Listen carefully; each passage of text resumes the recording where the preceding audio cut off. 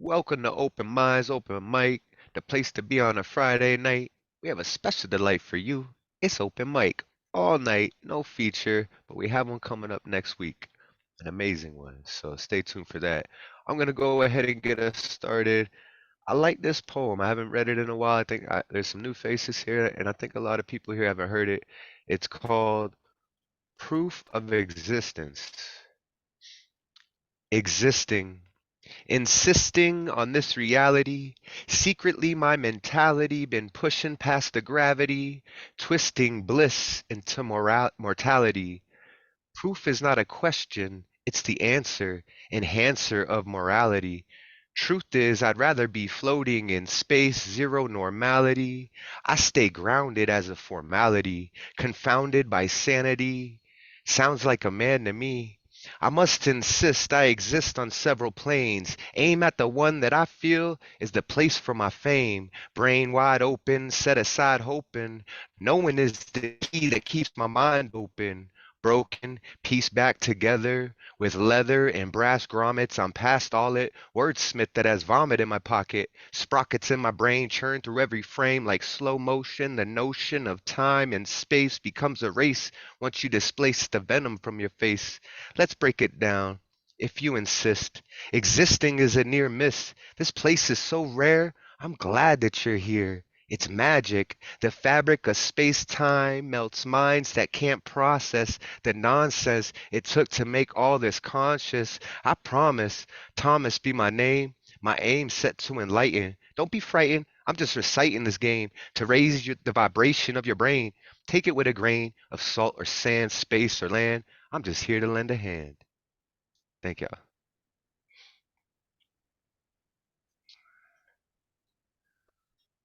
All right, so first on the list tonight, we have my brother, my spiritual hero, Lantern Carrier.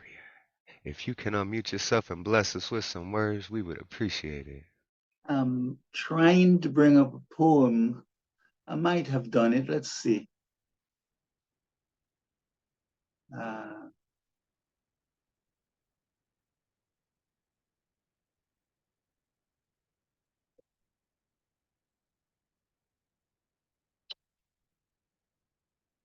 Can you give me, let me go second. All right, we'll go ahead and we'll just flip you around there. So in that case, oh, Principe showed up. So in that case, we have a newcomer tonight.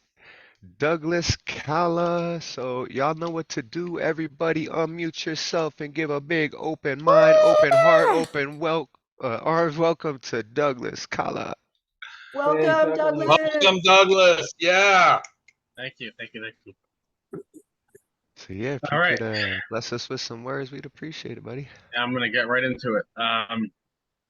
So this one I did in a workshop actually, the other day. We had to personify a natural disaster, and I was selected to personify a tornado. So I had a tornado, and then I had to pair an emotion with it. So I chose loneliness. So I called this Devil's Twister. Gene Kelly, Ginger Rogers, Faceplant, Fred Astaire, Falls. They aren't singing in the rain anymore. Peering into distances, you, heat-seeking missile, football fields away as tall and indomitable as twisted, irrational nightmares of childhood.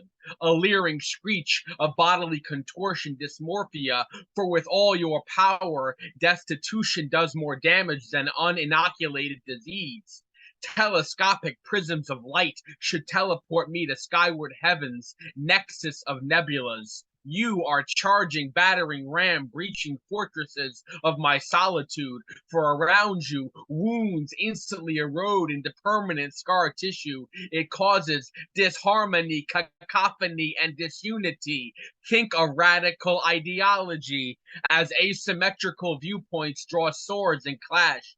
Take 20 paces, turn and shoot. One of us always plays a cheating hand, masterfully, carnivorous, conniver. Your dishonesty and fecklessness is the community's death knell. Everlasting, oblong, destructive nature appears infallible, and yet vengeance is base. I shall not be belittled in lecherous treachery, a footnote of your aftermath, refusing to grant you more power to siphon. Haven't you taken enough lives, dismantled enough families, uprooted and inverted enough causes, turning castles into ramshackle tenements fit for consecrated condemnation? I draw back my molecular boom tube and blast you into orbital stratospheric space where no other intergalactic organisms can feel dysrhythmia associated with unsubstantiated pain. A space agent decrees no harm shall befall you, but your unfair torment of life forms ends, like corrupt, misbehaved Kryptonians sent to the Phantom Zone for rehabilitative imprisonment. This is your denouement, where your life cycle ends, your shelf life terminates, for I spit the slug out of my mouth, put down the revolver, clumsy apparatus never smoking, making my olfactory senses implode to levels of near catatonia, mouth nearly foaming, no longer fixating on a liable albatross. That's the first one. I guess I have time for one more in this round. I'll do a short one. This one is called Methodical Moriarty, and you can guess my inspiration for this. Obviously, Sherlock Holmes. And I submitted it to a UK journal recently. It's called Methodical Moriarty. We clashed at Reichenbach Falls. The Hasley Valley below our unsteady feet.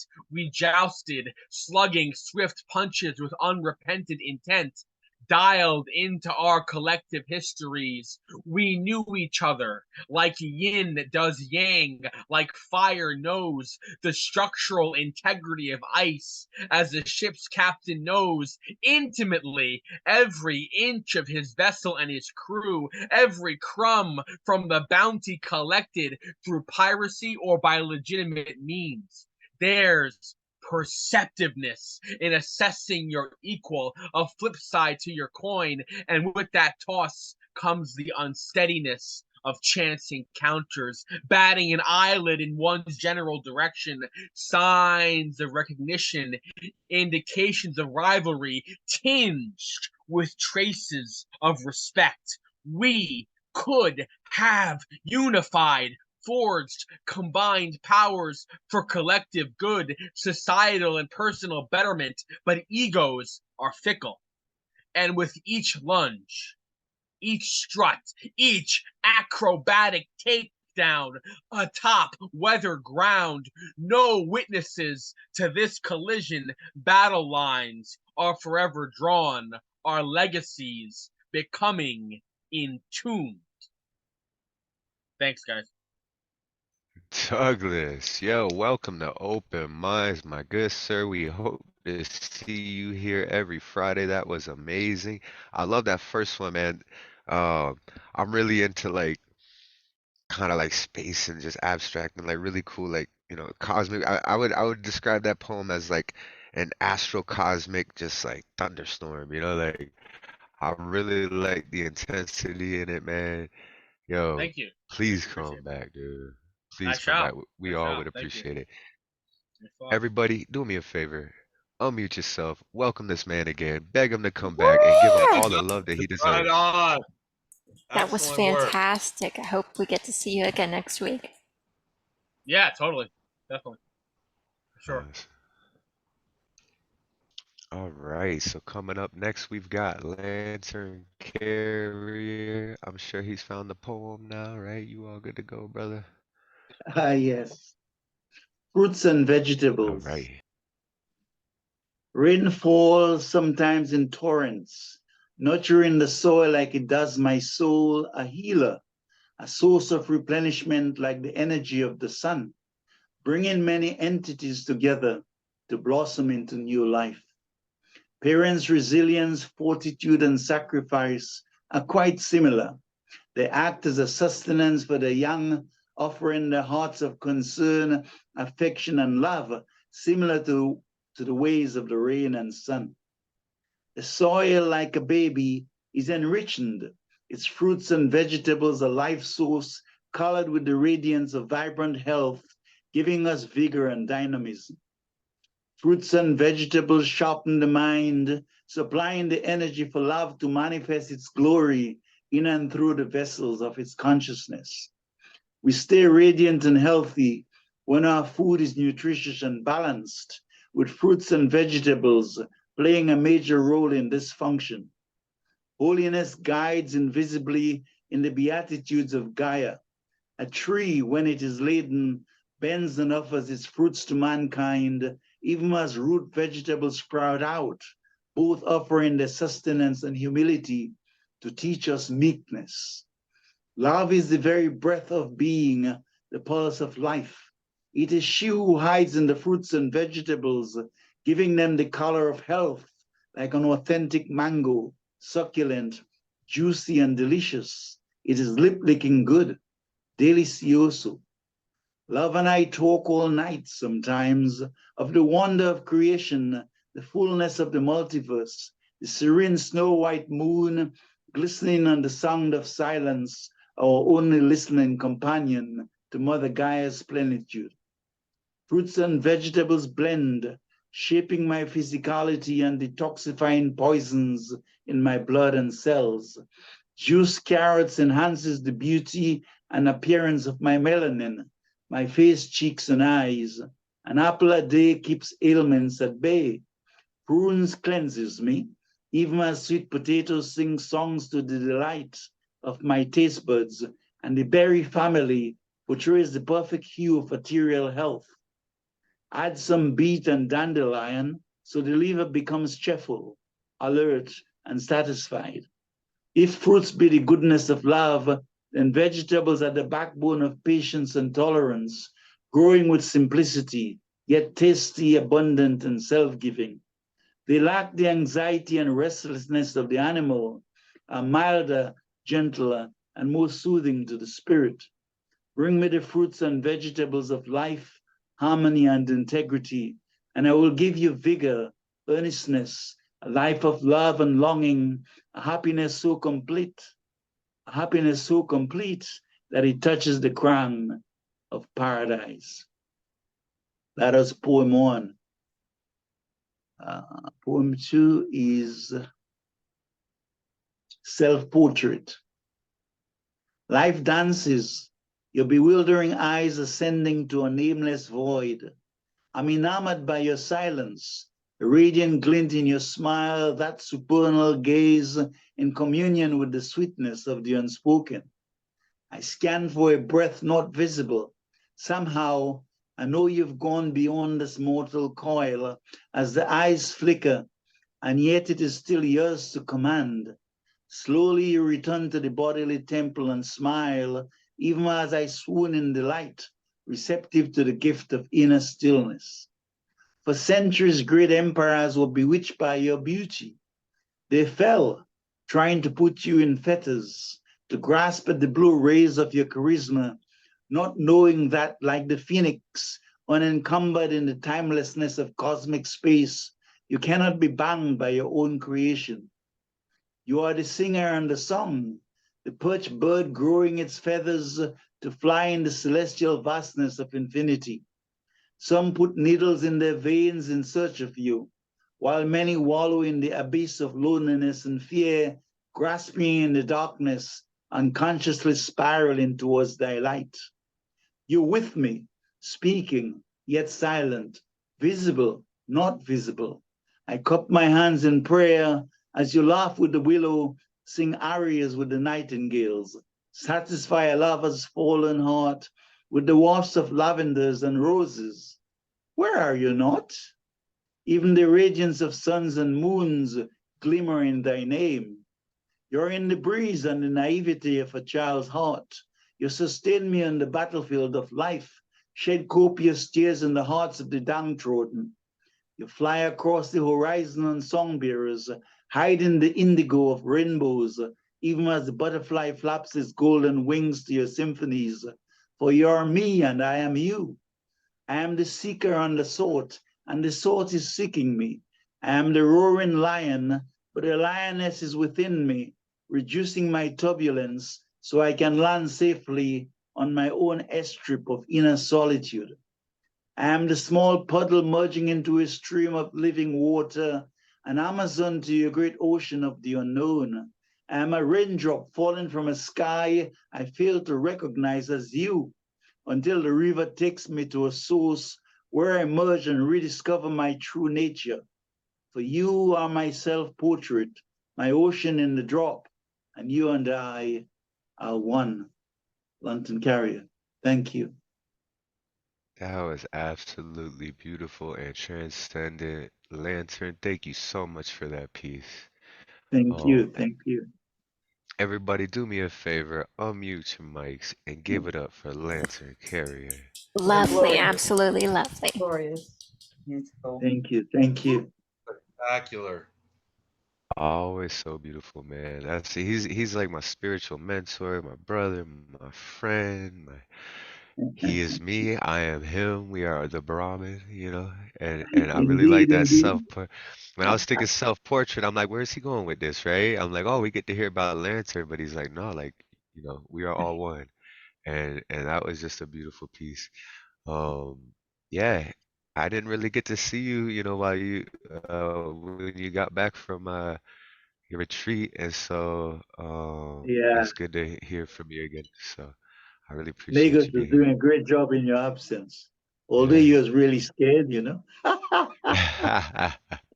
And I see Nona was dancing in there, bringing the energies because I wasn't there to do it. So I appreciate, all of y'all. And CP was helping out too. So I just appreciate it, knowing that, if I'm sick and I can't do this, that the show will still go on.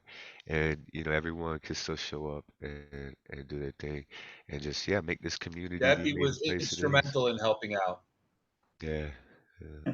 Thank you for mentioning me. I like Yeah. recognition.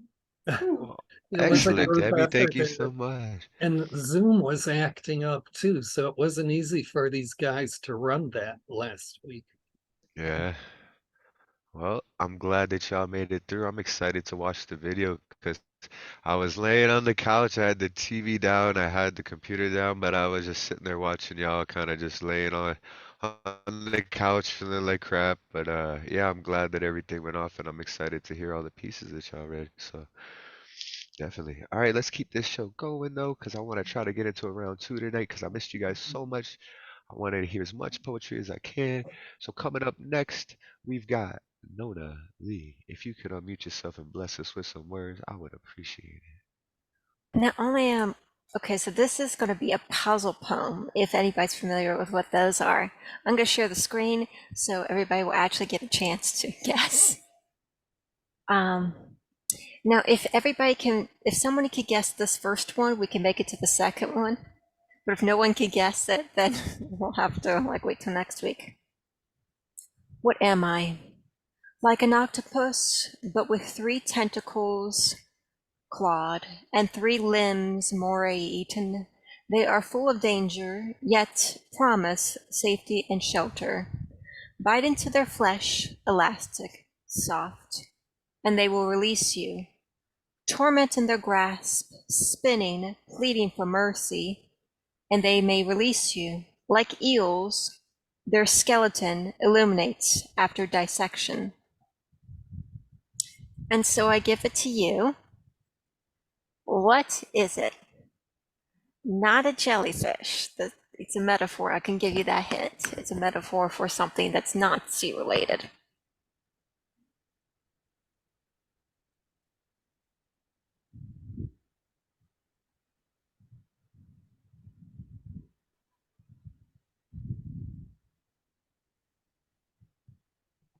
it. Clock? Sorry? A clock? No. No.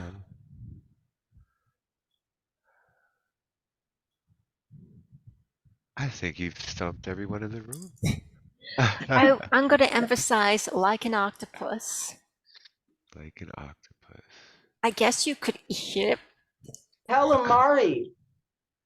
Well, she Well, said not sea related. it's Oh. not actually a sea thing, but I'm using sea stuff as a metaphor for it. Like an octopus, but with tentacles clawed and 3 limbs moray eaten.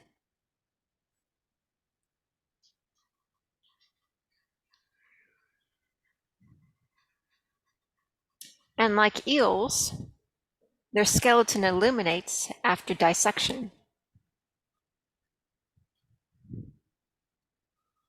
Wow, you have me stumped.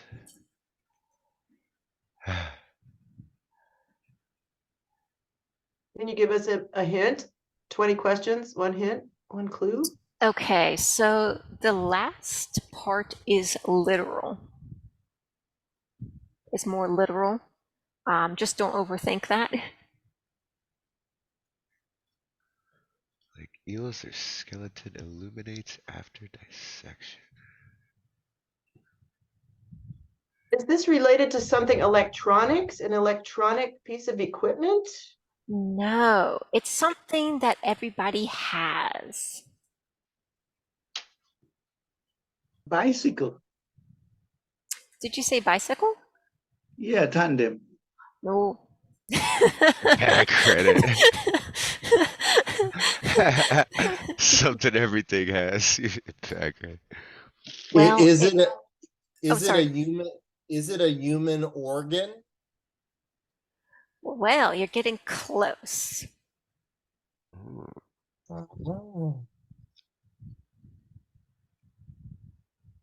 Okay.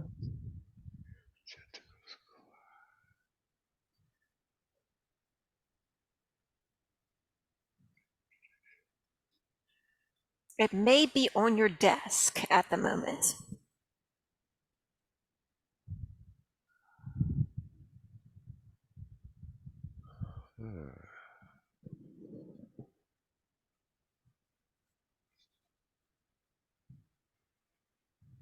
The skeleton is not a metaphor? That's an actual skeleton? So, like eels have skeletons.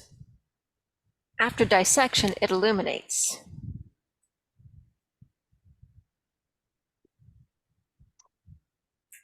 Not a lampshade. Robert was a bit closer. Uh-huh. Your hands? No. Yes. Yeah? Yes. You got it. Awesome. You got it. Awesome. Okay. So if you're ready to rack your brains, I got another one. It's shorter. It should be okay. Let's do it. Let's do it. I am an unblinking snarl, winged, stoned, hunched over the edge, ready to take flight. I am the guard dog against evils rising from the abyss, yet seen as a monster. What am I? A gargoyle. Yes, yes. And so that's it of the puzzle poems. Who knows? More might be coming. Ooh, I like that. That was very Ah. fun and creative. Thank you so much, Nona, for that. Everybody, unmute yourself and give it up for Nona.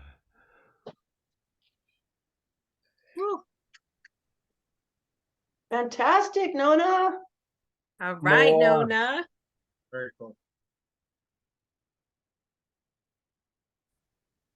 There, am I All right. unmuted? I couldn't Yes, unmute you. for a minute.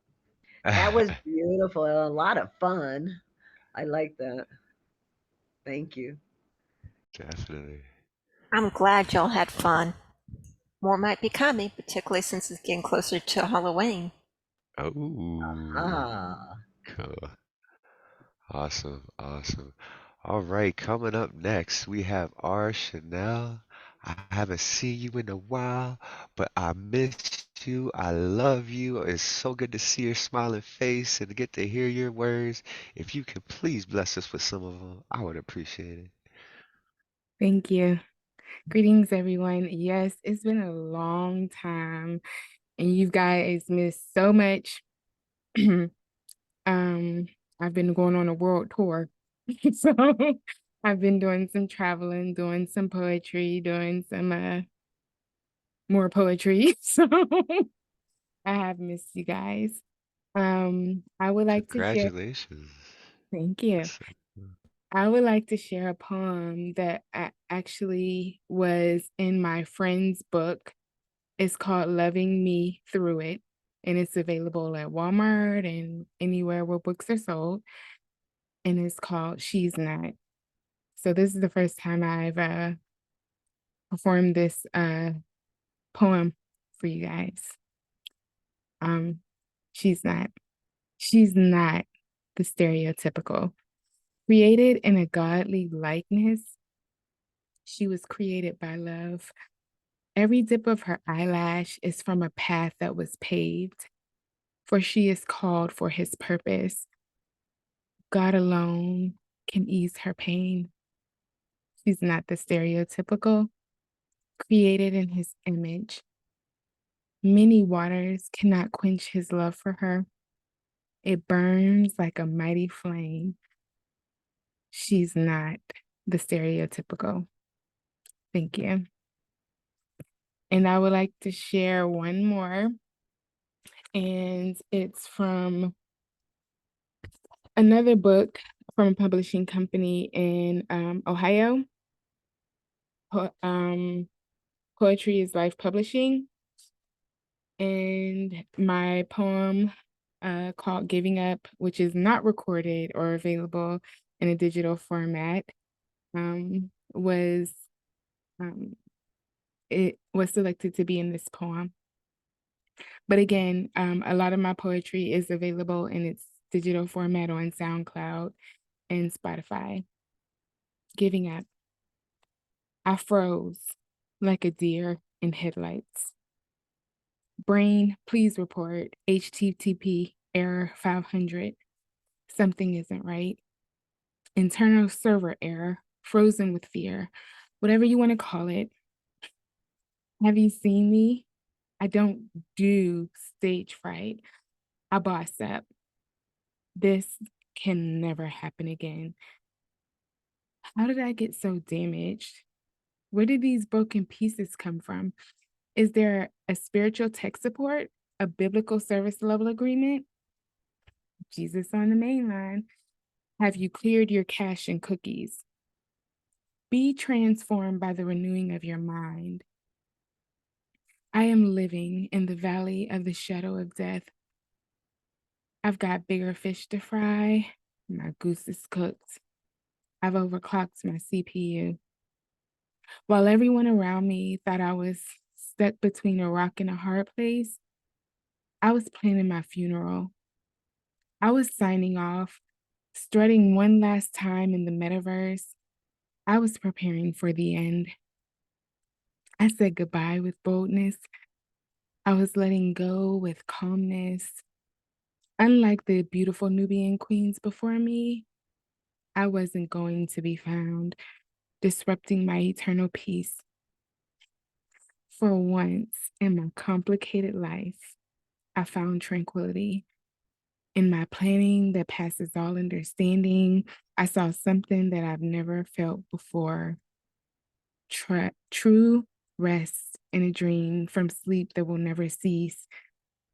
My soul is tired.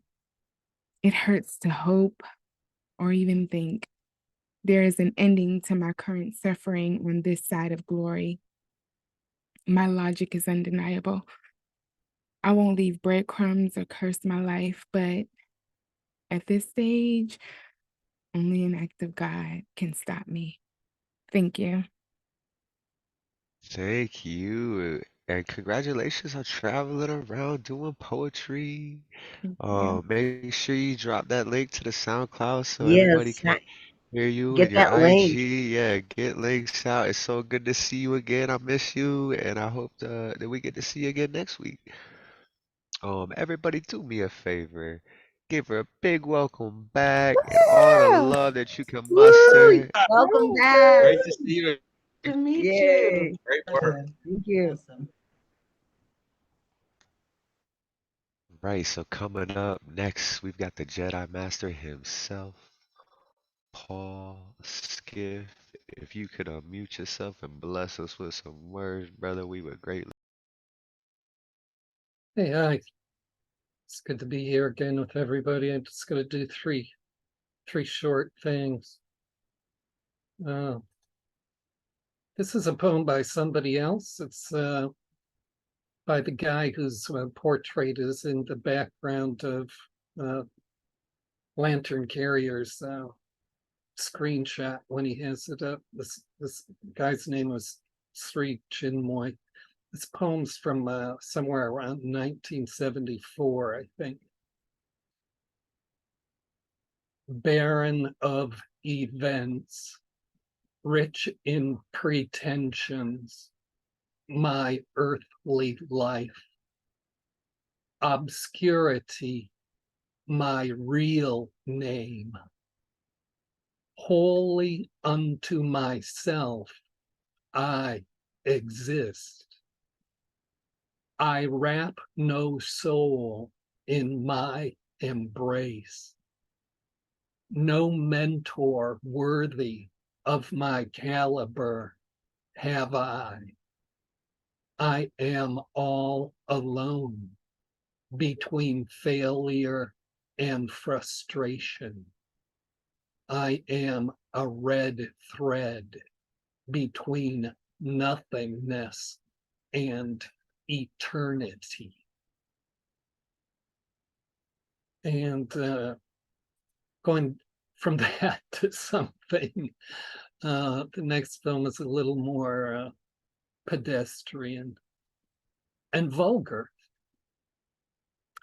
Does the fly floating in my cup of coffee now experience death more manic for being embalmed in caffeine? Was the fly more alert or clear-minded when heat melted its eyes as I sit in the park near the dog run? There is no need to guess about the fly's last meal, gorged on fresh, moist, succulent turd dropped by a miniature $1,000 hybrid hound who will only eat warm duck confit and is half the size of a purse. Perhaps that is where the hapless, fatalistic fly acquired a taste for cappuccino from pedigree doo-doo. Better not stare too close at or evaluate what may appear to be random fate.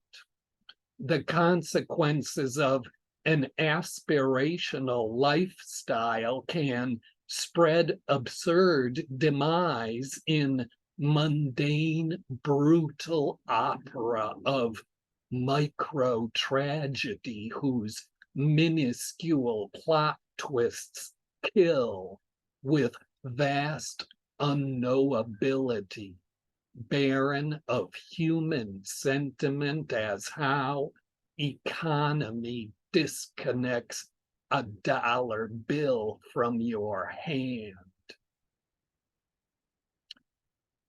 And the last piece is, let me get this up here.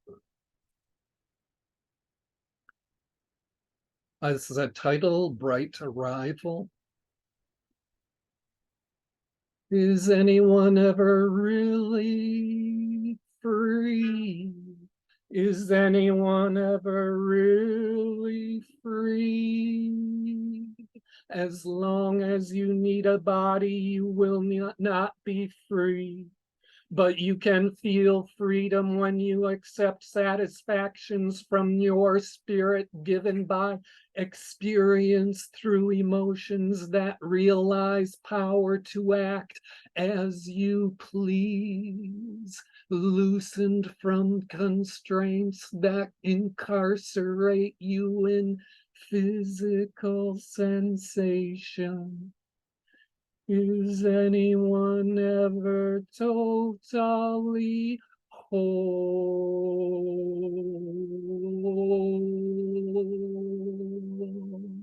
As long as you have one regret, you will not be totally whole. You can feel a hint of wholeness by casting off your regrets to find acceptance. That balance is lost with how equilibrium sums up all your fragments. Is anyone ever fully sane?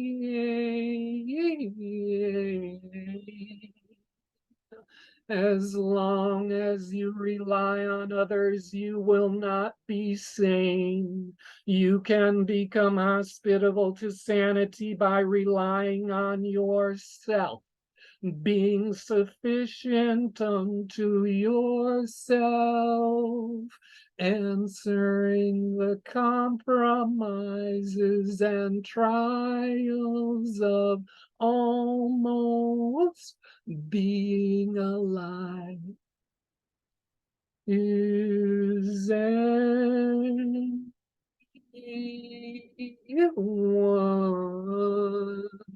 ever completely alive?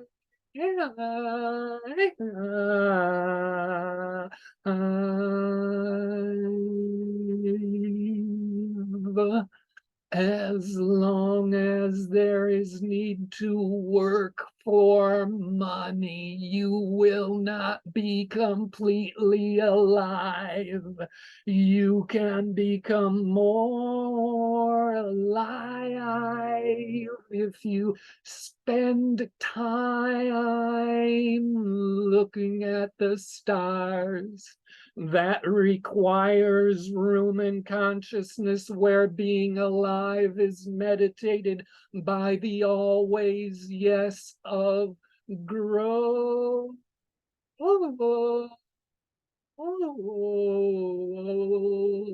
The always yes of growth. If you want to be free, if you want to be whole, if you want to be sane, if you want to be completely alive, all you need to do is give up who you now are. Enter the fearless place where you have nothing more to lose. Enter the fearless place where you have nothing more to lose. Feel given back to the universe to be its pure expression, like night sky, soiled and purified in celestial light. Found at your own core. Shh, do not tell. You are the everlasting light swollen day.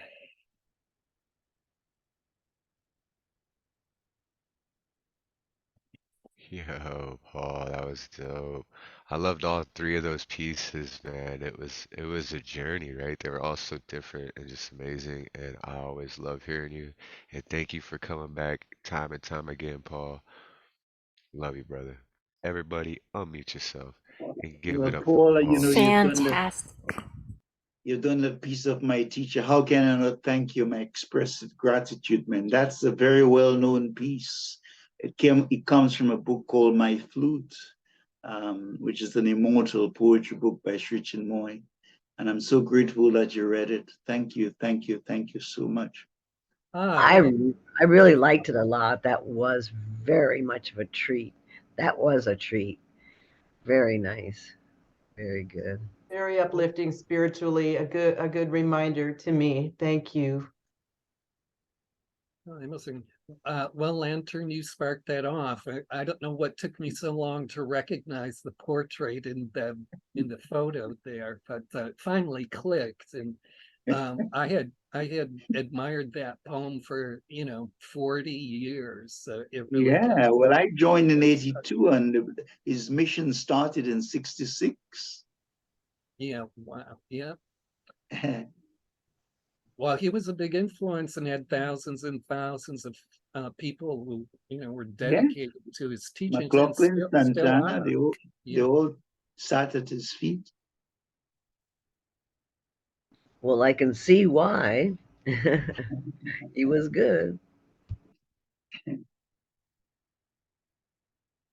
All right, so coming up next, we have someone who I haven't seen in a minute. They've been a very busy person, and we just absolutely love her here at Open Minds. She's been around since like the beginning, and yeah, uh, Nayma, if you could unmute yourself and bless us with some words, I would greatly appreciate it. Thank you. Okay, I'm going to share 2 poems. First poem, Chasing Poets. I gazed into fields of blades of grass, and my bones felt the cold at Wordsworth's cherished crowds, densely adrift as the wayfaring clouds, and of Brooks' eternal England. I searched sorrowfully for the strand that could tie my restless hand to belonging in the end of longing. The crisp air greyly blurs the awning, dimming the warmth and staining the sun's vivacious gold.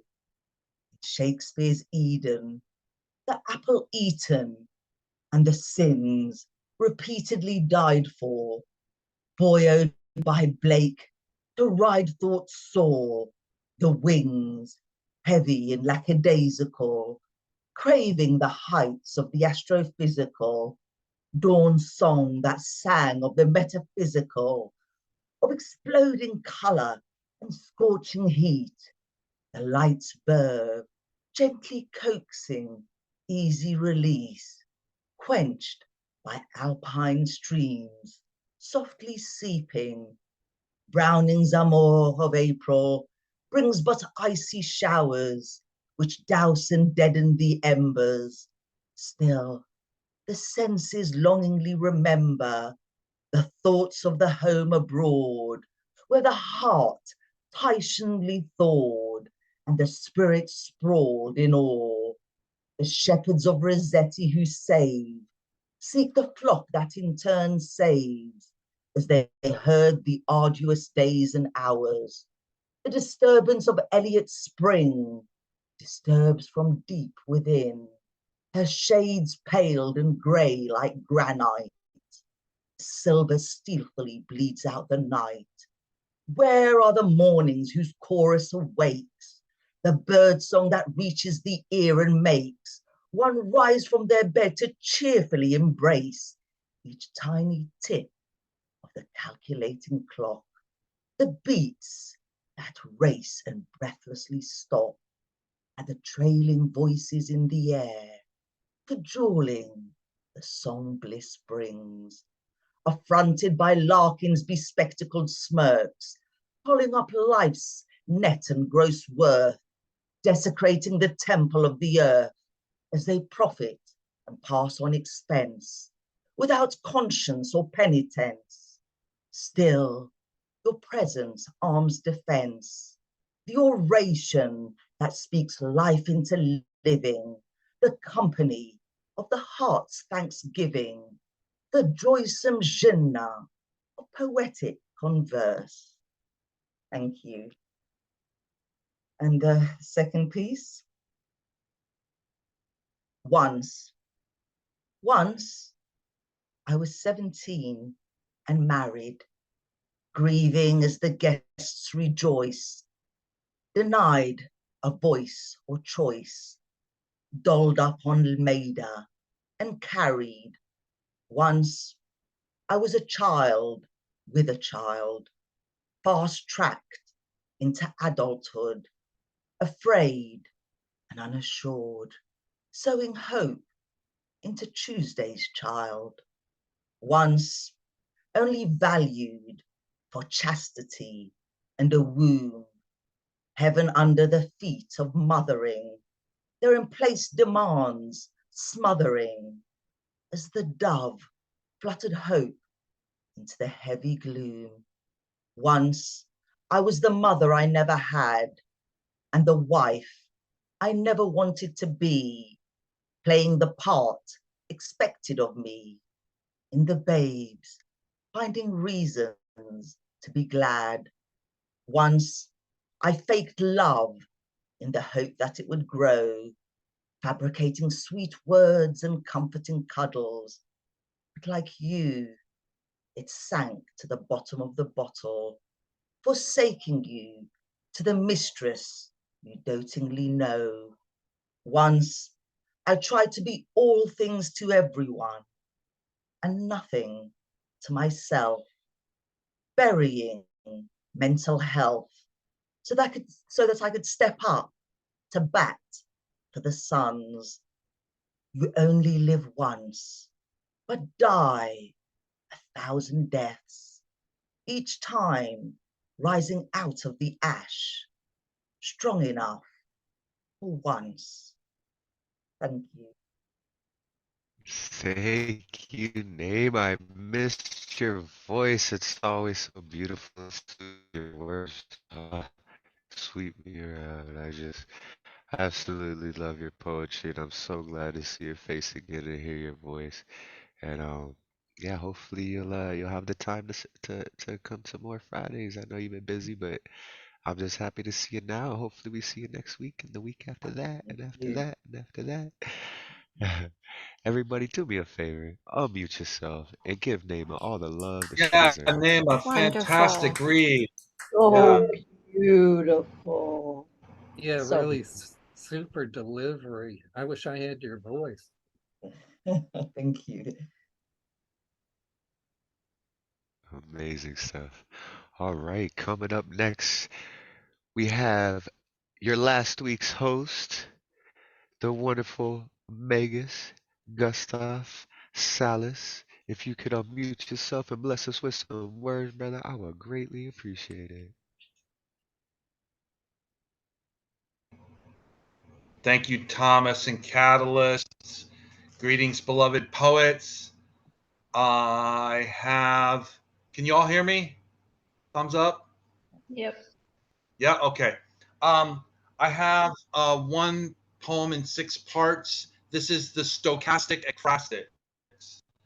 This is The Garden of Earthly Delights by Hieronymus Bosch. Welcome to the Garden of Earthly Delights. Welcome to the palace of unseeable sights. Sensual pleasures await the brave. Eternal damnation awaits the knave. Bosch ate some shrooms, of that I am certain, and he got a glimpse when he pulled back the curtain of a blissful world for the righteous to enjoy, a hellscape for the evil who seek to destroy. This is his ekphrasis. I'm about to get ekphrastic just to prove my mind's elastic. Dali's clocks melting like plastic makes me feel a little stochastic. Ants swarm the pocket watch. Symbolism kicks you in the crotch. The persistence of memory of 1931. One war coming, another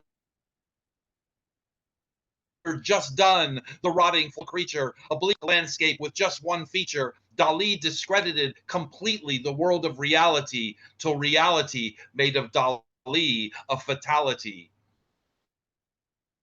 This is the Go Van Gogh ekphrasis. Self-portrait with a bandaged ear, an impressionist work painted in 1889 by an artist prone to losing his mind. Vincent cut his own ear. How he did it, I'll never get clear.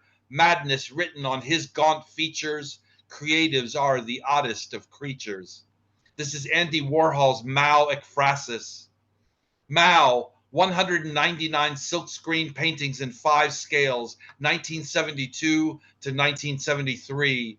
Warhol interprets the photo reproduced everywhere during the height of the Cultural Revolution from 1966 to 1976, when Mao killed millions of Chinese people. Warhol examines fame, capitalist advertising, and the raw power of propaganda with his bold colors splashed over the repeated image of the tyrant Mao.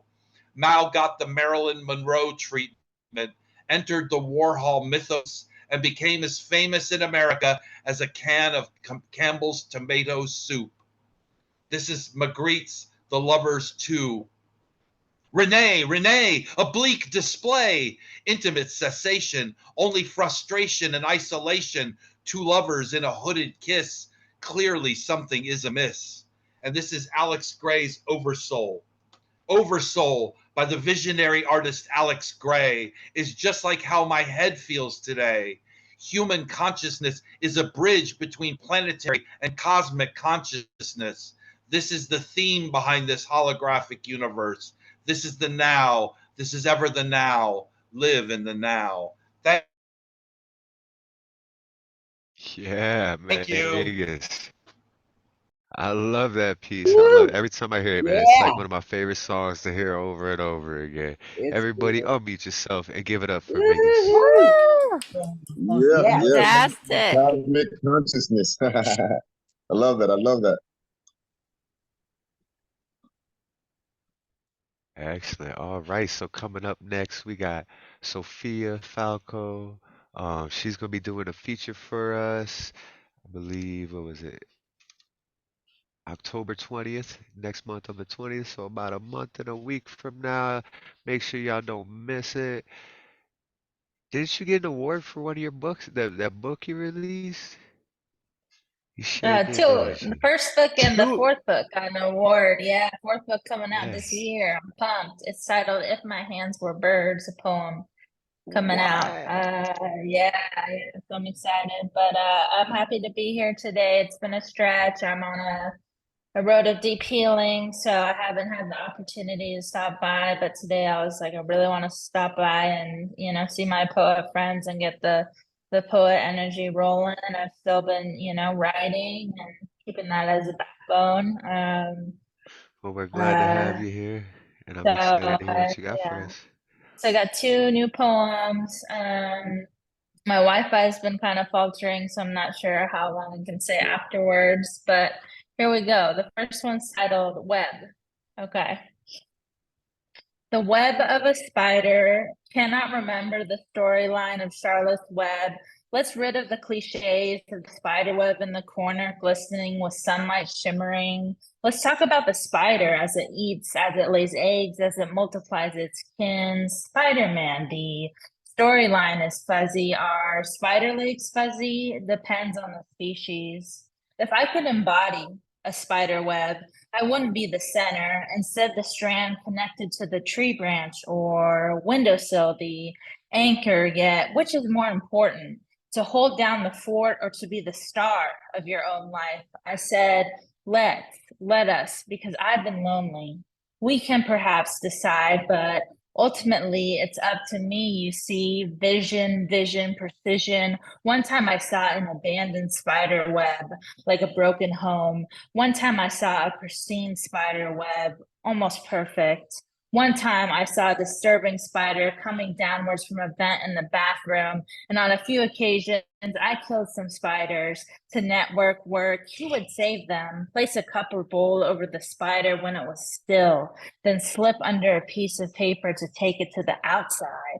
As I felt this wasn't a thrill to catch and release, and I wasn't sure how much this life of a spider mattered, even to him. Was this just a challenge or a facade or a meaningful way of going about things? Whereas you take a tissue to kill them. I hate knowingly I've taken after my mother. Easier to kill them than to try to save them. But please, this doesn't translate to the human experience. Savior over death, savior over death, savior over death. A spiderweb hides in the shadows. Thank you. That's poem number one. And we got Poem number 2, Off Lost. Off lost into the sunset, he had to abide for the orange hues, the typical muse of the golden hour, whereas she was manipulated by the incoming blues. She burned his black shirt, not just tinged the edges, a hole in his black shirt. He hadn't read up on black holes, therefore he didn't know the metaphysical meaning. Walking in this attire, his skin burned red, holes holy or not, probably not more like blue washed over him, but he could still breathe, yet suffocated on the smoke a bit. Not a smoke signal. No one was near, nor could hear his screams. He didn't want the world to know. It was at a place with no GPS signal, no cell signal. It was a place on a hill overlooking the city that betrayed him. Betrayal, fragile reactions. I used to tell him, write about overcoming rejection, but maybe that would have been a superficial, almost mystical, out of reach. You see him on the hill wanting to flee the city, the violence, the deaths at the block party, whereas brilliant is the adjective used for me, but remnants of the past has me in pieces. Forget a jigsaw puzzle of the sunset and the other one of a black hole, puzzling those around me when the facade burst until I couldn't keep it up. I don't own an orange shirt, but I often wonder about the hauntings, the times when I almost said no. Could semi-picture an overdosed individual with the moral duty to survive for not just me, but others. And I think I saved his life once. Thank you. Beautiful pieces. So good to see you back. Yeah, those were amazing pieces. And I'm glad to hear that you're still writing and that your books are doing good. We just support you and love you so much here at Open Minds. Everybody, unmute yourself and give Sophia all the love that she deserves. That was beautiful. Absolutely beautiful, man. Word up. Fantastic, Word. fantastic. Yeah, No Sophia. doubt. Yes. Thank you. Word. Awesome. All right, so coming up next, we've got the lovely Miss Debby Segal. If you could unmute yourself and bless us with some words, we would appreciate it. I came up with some vulgarity as promised. Okay, this one's called All I Thought I Knew, after Burroughs, the Essenes, Huxley, and Richard Loranger. I'm going to shut this just a second. The world is noisy out there. All I thought I knew. Thousands of sages perform on puppet stages where swift water pours out of great gourds into suffering asses, writhing in dereliction. No birth, no extinction, diamonds and minks and underwear covered the ground. Crime and the punished lounge around. Show opens to two veiled dancers. One calls master and the other answers. Ripping cloth, claws and teeth dripping froth.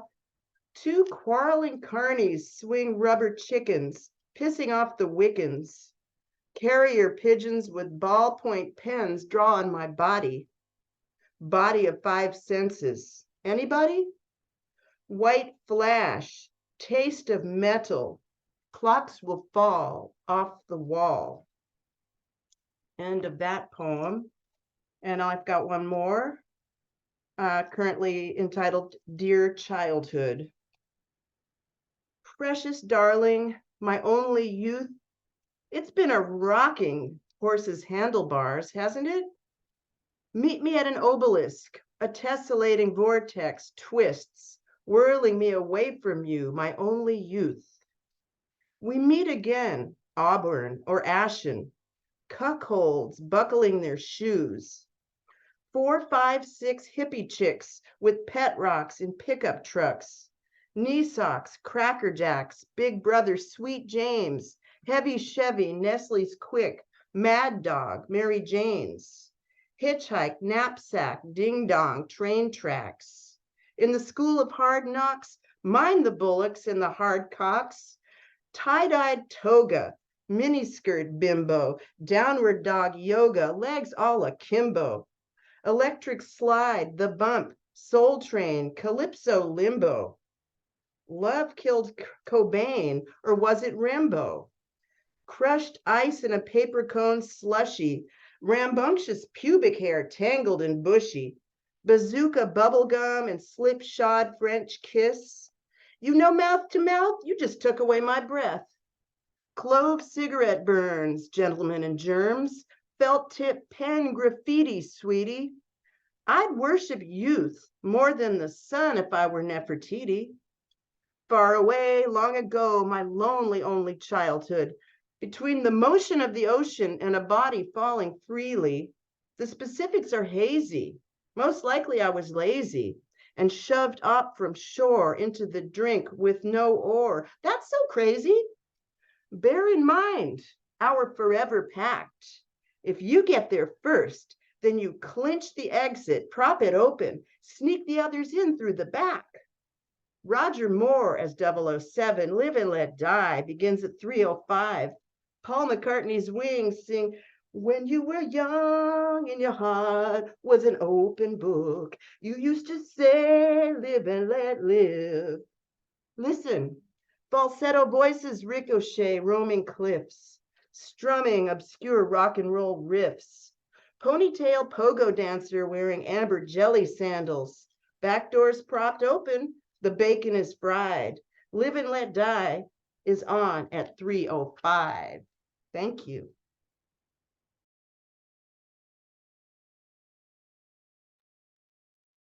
Thank you, Debbie. It's always so Thank good hearing you. your Oh, poetry. I yes. just Thank absolutely you. love Thank it. It's always so good. Your energy, your creativity, just oh, we love it. Thank you so much.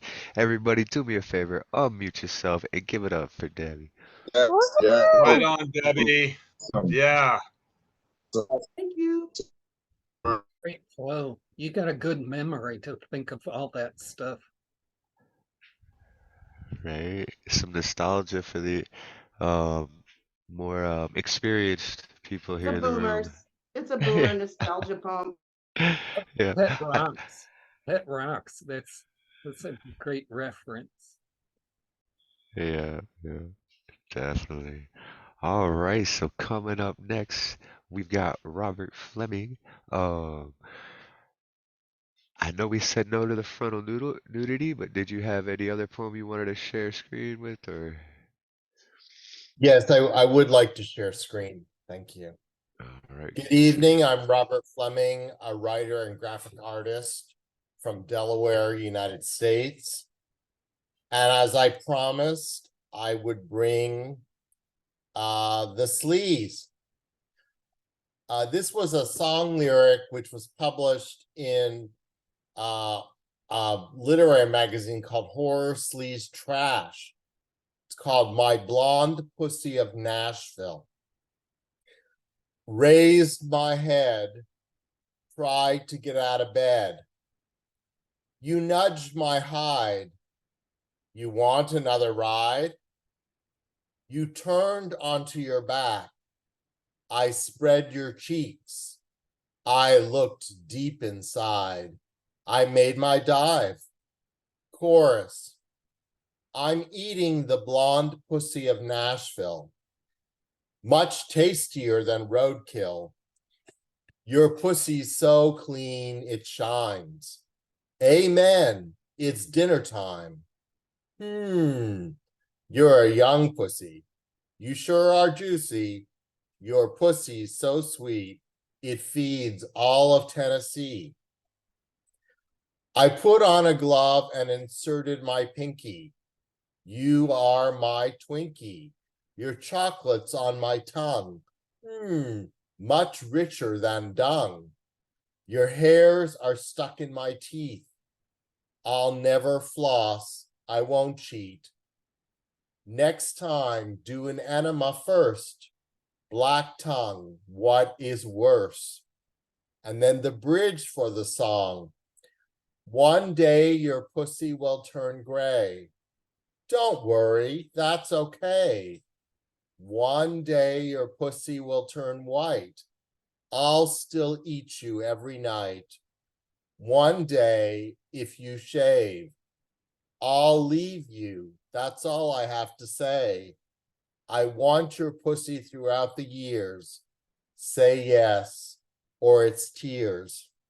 And then the chorus, I'm eating the blonde pussy of Nashville, much tastier than roadkill.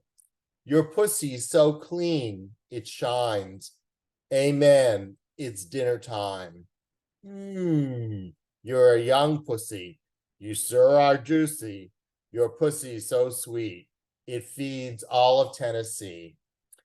And I'll do one more erotic poem. This poem was originally created for a magazine called César, which was having a theme of mirror for like reflection. And I was invited to submit to the magazine, and then all of my submissions were rejected. So this is called New York City Exhibitionist and Hoboken, New Jersey Voyeur on the 32nd story across the Hudson River. 10 p.m., 10 p.m., blinds, curtain, raise, pull, undress, strip, towel, sheet, binoculars, binoculars, naked, nude, masturbate, masturbate, climax, climax, blinds, curtain, lower, pull. And that one I also submitted to Horace Lee's Trash. And thank you for letting me share some of my erotic poems. That was cool, man. I love the creativity behind that second one. My wife has been wanting to do a style like that where, because they're it's palindrome and then it's palindrome backwards. So basically, where the yeah polymorph whatever. It's where you know how like race car, but it's where the word read backwards is a different word. And so we were working on like dog and God and stuff like that, you know. So yeah, Flo and Wolf, right? So like we were gonna come up with some poems in that format, and so that was inspiring for me. That was really cool. I like how you did that. That was excellent. Everybody, do me a go ahead. There's two other elements will help you to create the poem. Is to create it in a word processing package with columns, which has centering or alignment. And the one element which you didn't do, which I did, which is the right column, I write aligned. Yeah. You can And try to I do like that too also. how you used a similar word, you know, a similar word backwards instead of just doing each word backwards. Like you threw in a similar word backwards to it too. So it really kind of fleshed out the poem more. It was very interesting. I really appreciate it. I love your artwork. I love your crazy creative brain. And we love you here at Open Minds. It's been a minute since I've seen you, and I'm so glad to see you. Every time I see those blue eyebrows, I just head over heels, man. Everybody do me a favor and give it up for Robert Fleming. Woo! Woo, yes, Robert. Yeah, thank you. That was fun. Naughty, naughty. Oh, yeah. Yeah. Here at Open Minds, you know, we like our a little risque here and there, so definitely. All right, coming up next, if you are not following them on Instagram, I recommend you do. Principe, if you could unmute yourself and bless us with some words, drop the IG in the chat. You know what to do. Yeah. I'll be reading two poems. The first poem is called The Audacity. He had the audacity to the nerve of one man to run while he was indicted. He decided to make the disciple followers. Can someone enlighten me? Why is he doing it?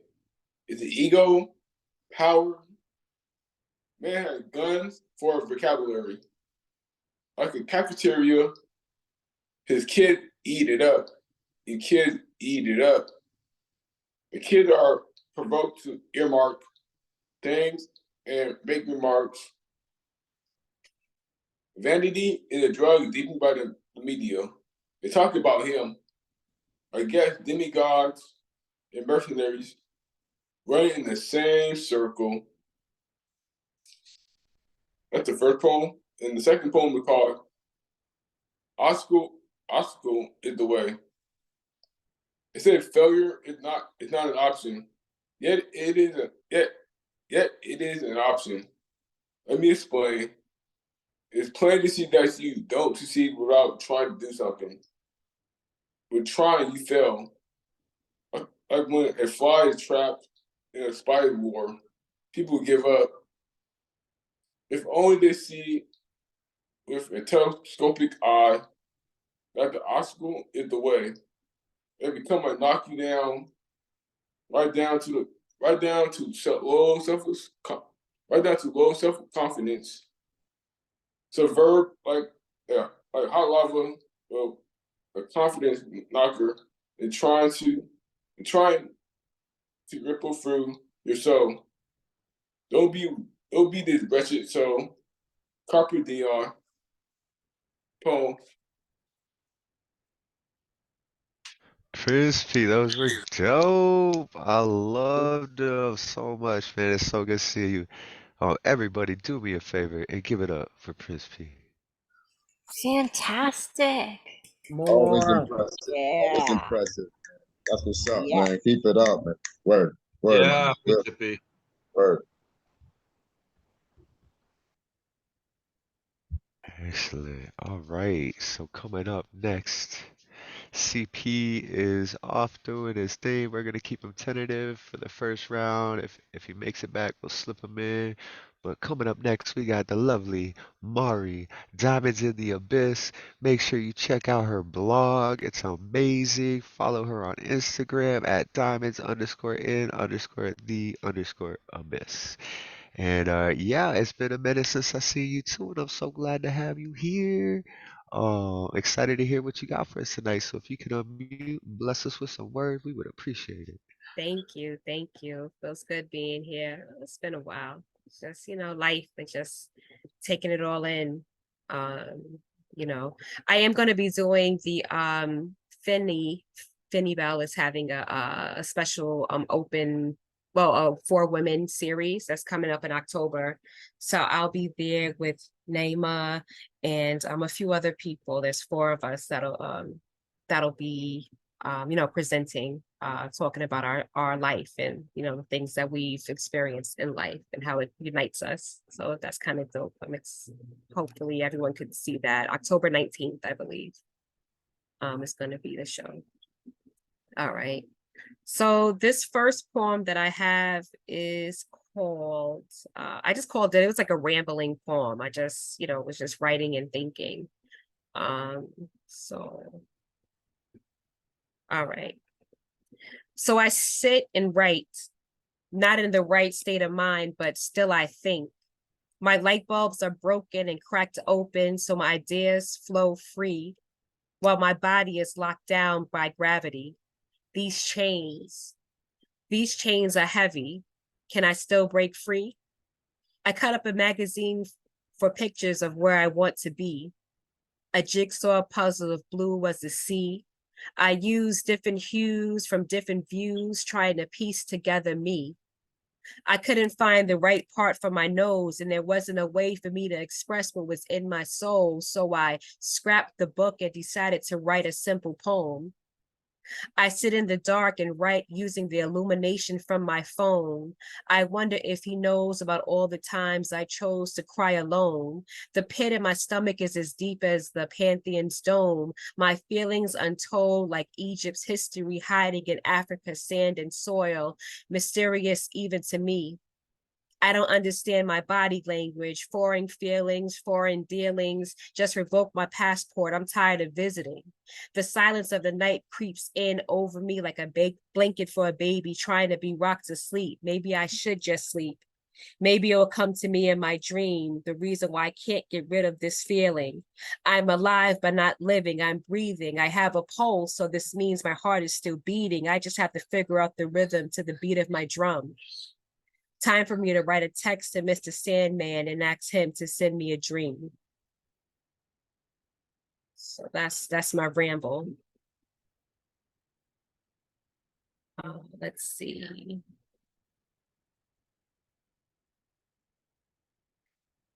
And then I have another poem called Holistic Medicine. How do we continue to endure this sad happiness? We wake up physically free, mentally confined by what society deems as the norm. We are dying to live. The global warming caused by emissions from hate melts the souls of many, and the remnants trickle down the cracks in society and collect and collect and to collect, overflowing the clogged gutter until they form stagnant, muddy puddles of man that we trudge through and leave footprints that generations follow, and they follow like blindfolded orphans lost in a modern jungle, chasing and surviving on the molding breadcrumbs that were left, because when you're starving for a purpose, consuming something is better than nothing. Humanity is poison. What is the cure? A poet's words.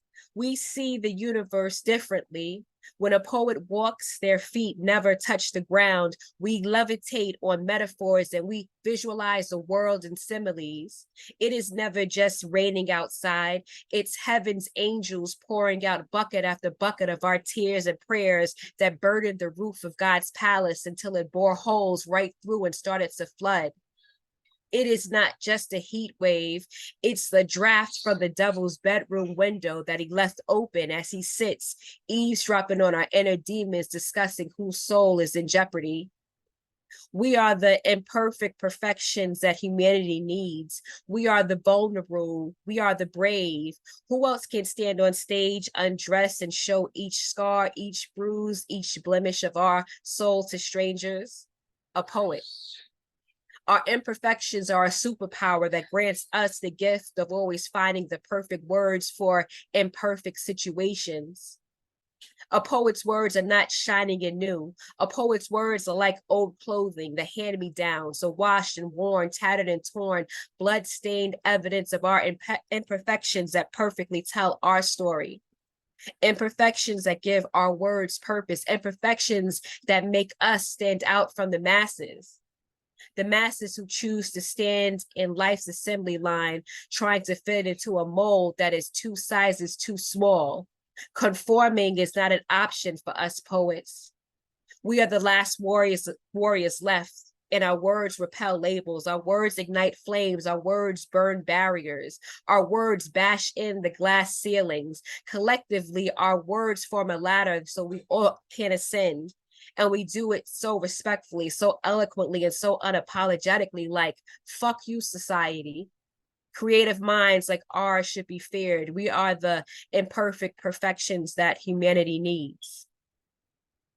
And then I have one more.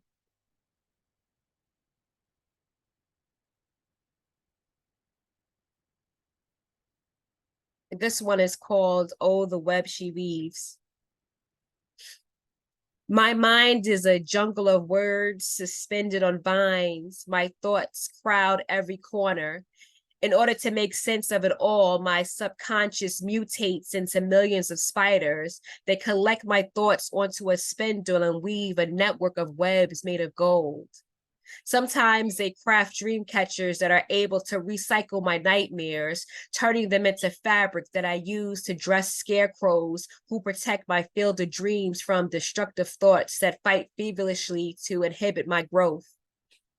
Destructive thoughts that still sneak in from time to time and blow out the flames in my eyes, which darken my mind and mutes my voice.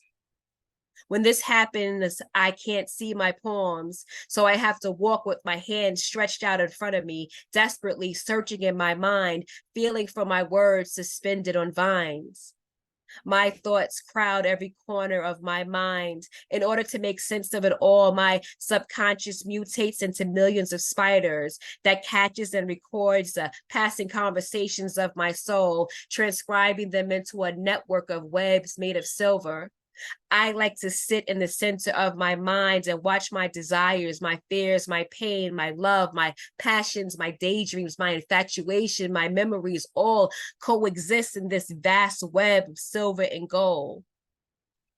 I inhale deep and I inhale deep and I inhale deep, and with pursed lips, I exhale slow with just enough force to release the breath from my soul, and the webs of silver and gold become wind chimes, playing the melodies that you hear in my poems.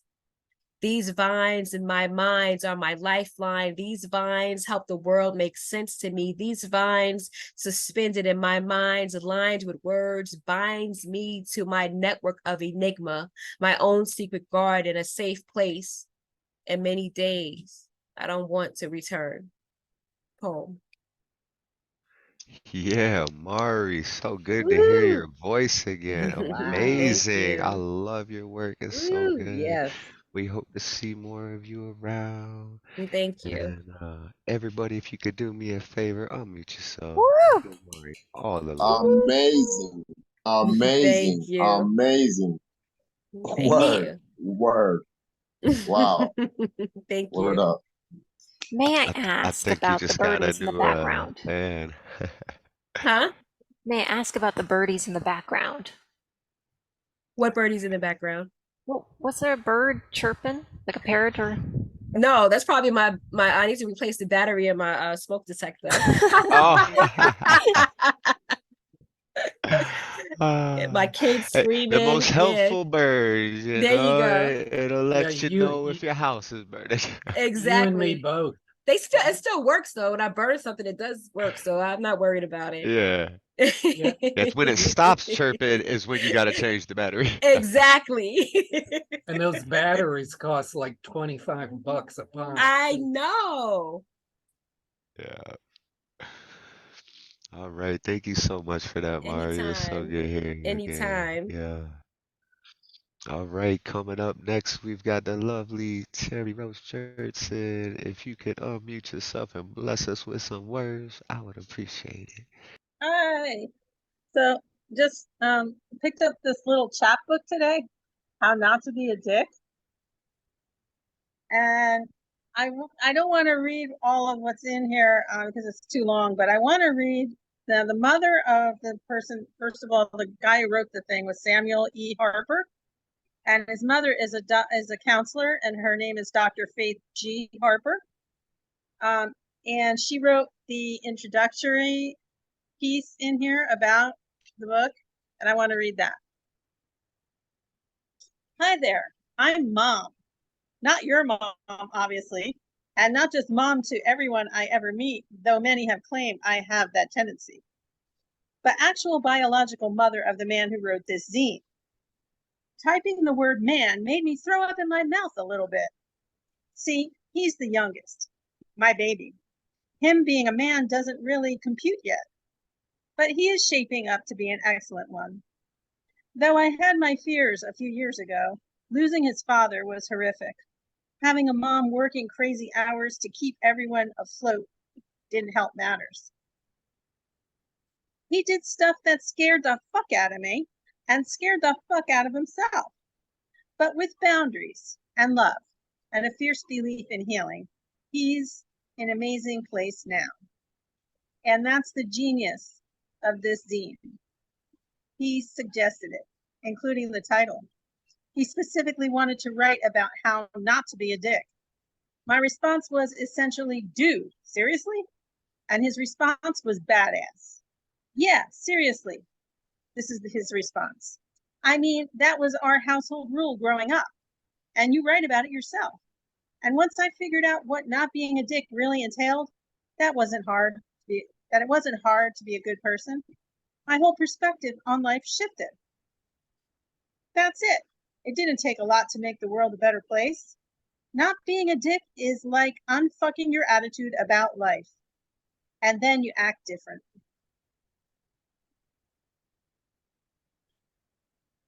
So, okay, there's a little bit more. I'll just read the rest. Can I just say I fucking love this kid? Oops, shit, I mean, man. I've written about the don't be a dick rule myself in my zine, Adulting How to Be an Adultier Adult, which became the book Unfuck Your Adulting a couple of years later. My bestie, my kids, Uncle Adrian, and I are both epic geeks and huge W1 Wheaton fans. Don't Be a Dick is an encapsulation of Wheaton's Law, which he first delivered as a PAX keynote in 2007 as a message about sportsmanship in online gaming. It's the core essence of our parenting styles. For all of us endeavoring to raise good, functional humans, that means we must teach them the Tao of will. Don't be a dick was our ultimate rule, and my kids heard, dude, dick move on the regular. And the essential message of it was that what you are doing in that moment is mean, cruel, unkind, harmful, or inconsiderate of others, and that hurts everyone. So when he said he wanted to write about that, I was curious what he would come up with. What he sent me was really a distillation of the values I had fought so hard to instill in him, and I love it. I never thought I would get to write the intro for something this kid wrote, let alone an intro about his path to being a better person. This makes my heart happy. So she said, I also really love his advice, and I hope you do too. So that's the introduction to How Not to Be a Dick. That's so sweet. It's a very thin book, as you can see. Yeah, it doesn't take much, you know? I paid like $4 for it today. Yeah, That's my awesome. mother already told me about my book, The Chameleon Chronicles. If I send her a copy, she'll edit it for me. I'm like, what are you talking about? It's already printed. How are you gonna edit it now? Please, I do that enough of myself after things already done. I can't do anything about it. Right. Awesome. So and I have a poem, a real short one and it's about being in love. So, and it's also based on a song by this guy named Motion Zamer. And the title of the song is acoustic guitar piece that's floating around on the internet on IG called Still Keep Loving on You. So it starts out like this. Life can be so damn confusing, so tired of winning and losing, but I'll still keep loving on you. Now this is my addition. People tell me I'm crazy. They aren't saying anything to me I don't already know. But if they don't believe in this love, then they are welcome to go. I know the heart knows when it knows. So that's me. Thank you. Oh, I love that. Thank you so much, Terry. It's so good seeing you. Yeah, everybody unmute and give it up for Terri Thank you so Rose-Jertson. much for sharing all Very that. nice. Very Beautiful nice. delivery Very and wonderful nice. selection, Word. Terry. And that book was worth $4 for sure. Yes. And I didn't even give you all the gems of wisdom in there. Right. Honestly, Right, I right. think it Just could the have easily intro. gone for 10. No, it needs to be cheap so all the men can have a Yeah, copy. I was that's what I gonna was thinking say I no. too, want to because give it I'll to my buy a son. bunch and hand them out. Yeah, and Yeah, just I was sit there and gonna hand them say out there. There you go. a dick won't I'm pay gonna make $10 a Xerox for a copy. book. That's it. Yeah. Yeah. Oh, it's amazing. All right, so next on the list, we had Jeff Taylor. Jeff, are you willing and able to read a poem for us?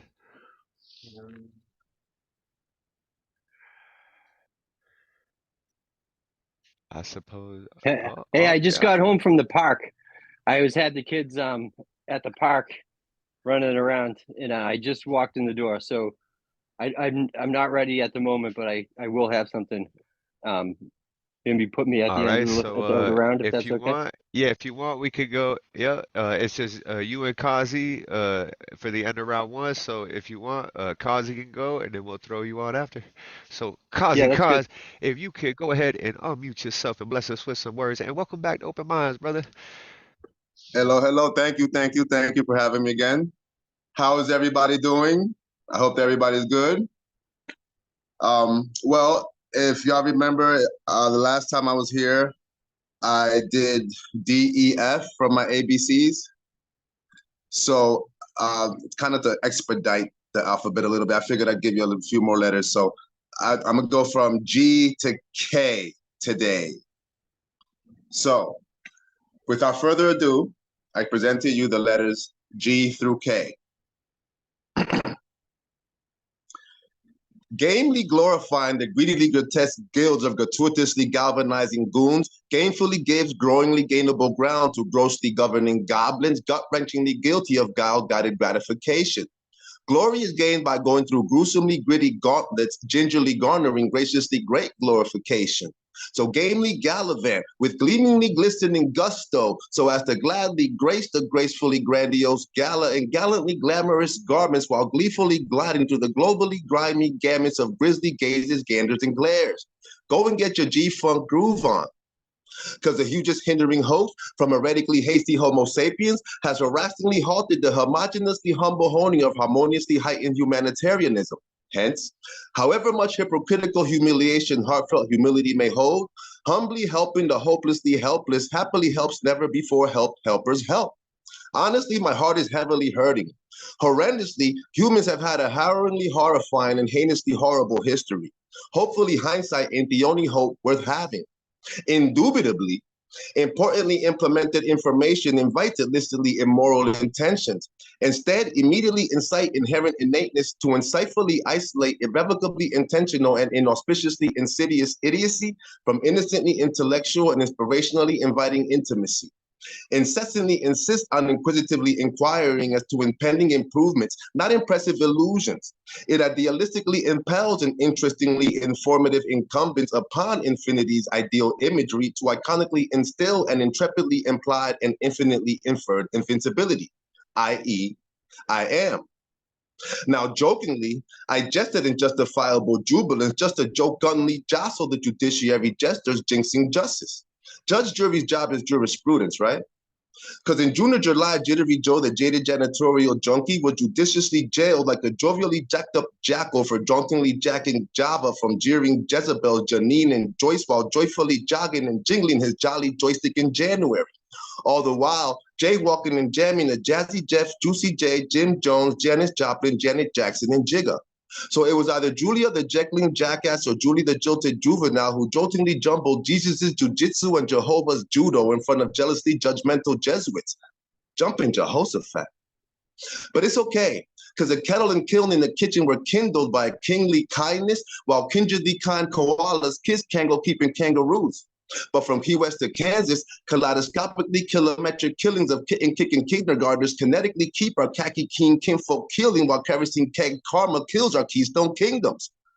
Oh, and by the way, Krispy Kreme crimpets from Krypton caused Klutzy Kenny, the ketamine kerplunking klepto, to keenly kidnap the kenneled canine, Kaja the killer. Thank you. Yeah, Cozzy Coz, man. I love your words, Smithery. I'm excited for September 21st, not next Thursday, but the Thursday after. I'm doing the poetry games with Finn Bell. Yes. We're gonna be doing a Cyclops poem and a special poem that's an interactive collaborative poem. And so I really hope you show up. I'm gonna go ahead Yes. and post that link again for everybody. Yeah, go ahead, get your tickets, sign up. It's gonna be amazing. I already They're did. all inspired by Catalyst. Yeah, you got. All right, bet. I already did, Yeah, yes. I'd like to see all of y'all there, man. It's gonna be a really good time. And yeah, thank you so much for showing up, man. And Of and course. just Thank you for I having me. love your style, bro. Like, man, you just got away with words, man. Like, I love it. Thank I you. love it. Everybody, Thank can you. you do me a favor? unmute yourselves and give Cozzy Coz all the love in the world. Thank you. Yes. Woo. Thank you. Fantastic. Thank you. Great reading, Cozzy. Thank So you. much Thank fun you. and so enlightening and educational as well. Yes. Dope. Definitely dope. And Thank you. difficult, Thank you. man. Like that takes skill to bust that out like that. Like Thank you. Thank you. Thank you. Thank you. shit. Thank you I so would much. kind of Thank like you. to request that you would bring it in a written form and share the screen sometime. I just like really want to like not lose any of the words and meaning, but that's just me. I love hearing it No, I feel delivered. you. I'd love to look at it too, though. Okay, and I can do that. I can do that. Definitely. Yeah, that would be awesome, man. That would be awesome. All right, so coming up, the end of round one, unless CP pops in, we'll go on to round two after this. But Jeff Taylor, you're one of my favorite people, man. I just love your vibe, your energies that I get from you every time I see you. That smile, that just chillness. Like you replenish my chill. Like I love it. So yeah, if you could bless us with some words, brother, I'd appreciate it. Thank you, Thomas. You replenish my chill, so we're like a loop, an endless chill loop here. If we're both in the same place, the chill will never run out. Yeah. I'm gonna tomorrow. I have the opportunity to read one of my poems on NPR, National Public Radio here in the United States. It's WGBH in Boston. So I'll read the poem that got accepted for NPR. It's called Tobacco and Hash. Jen was a professional drunk, got killed by a rookie. What kind of career is that anyway?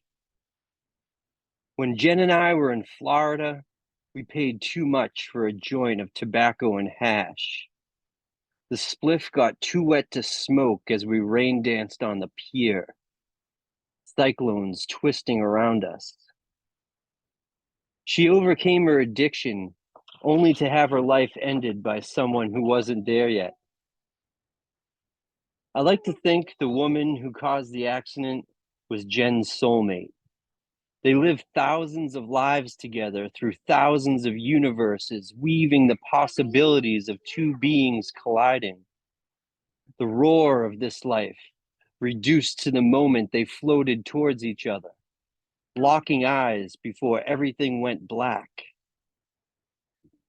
Jen once told me she wanted all her friends to smoke her ashes, so we wouldn't make the same mistakes she did. What if we all smoked our dead friends' ashes? Would there be an energy transference reverberating across generations, raising our collective consciousness to new levels of possibility? Would we take on the weight of each other's lives?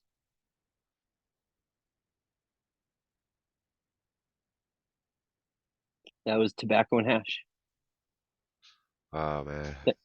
I think you've read that piece here before, and I absolutely love it, man. It's such a beautiful poem, man. I'm so glad that you're gonna be able to read that on NPR, and that's a big listening base, man. Like you're Yeah, gonna I'm have a like so lot. excited. I feel like that's like an achievement unlocked. Yeah, for sure, man. That's such an honor, man. Like I'm excited that all those people are gonna get to hear, the magic of that poem. It's so cool, man. Thank you, buddy. Yeah, and Skiff wants more. I want more. If you got another little short one you can share before we close out round one, I'd appreciate it, man. Yeah. Hang on one second.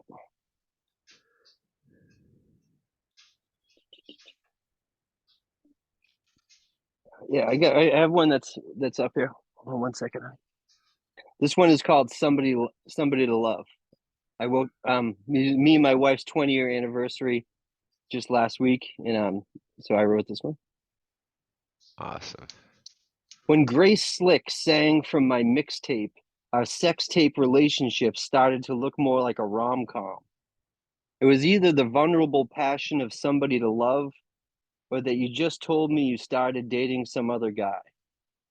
You and I could be friends, but not friends. I saw that. Oh, hold on, shit. If I saw that other guy now, I would want to thank him for changing what I was too afraid to change. But I doubt he would remember, even if he hadn't died. I can hardly recall the details myself, except when somebody to love surprises me on the radio, and I'm reminded of what it was like to urgently need to reach your crush before we all had cell phones, when you didn't just call their house, but all their friends' houses, and you had to make the call from the front desk of your boss's office if you were lucky. I can feel the intensity in the vocal becoming the voice in my head, building till I can only remember how much I love you and how desperate I am to tell you.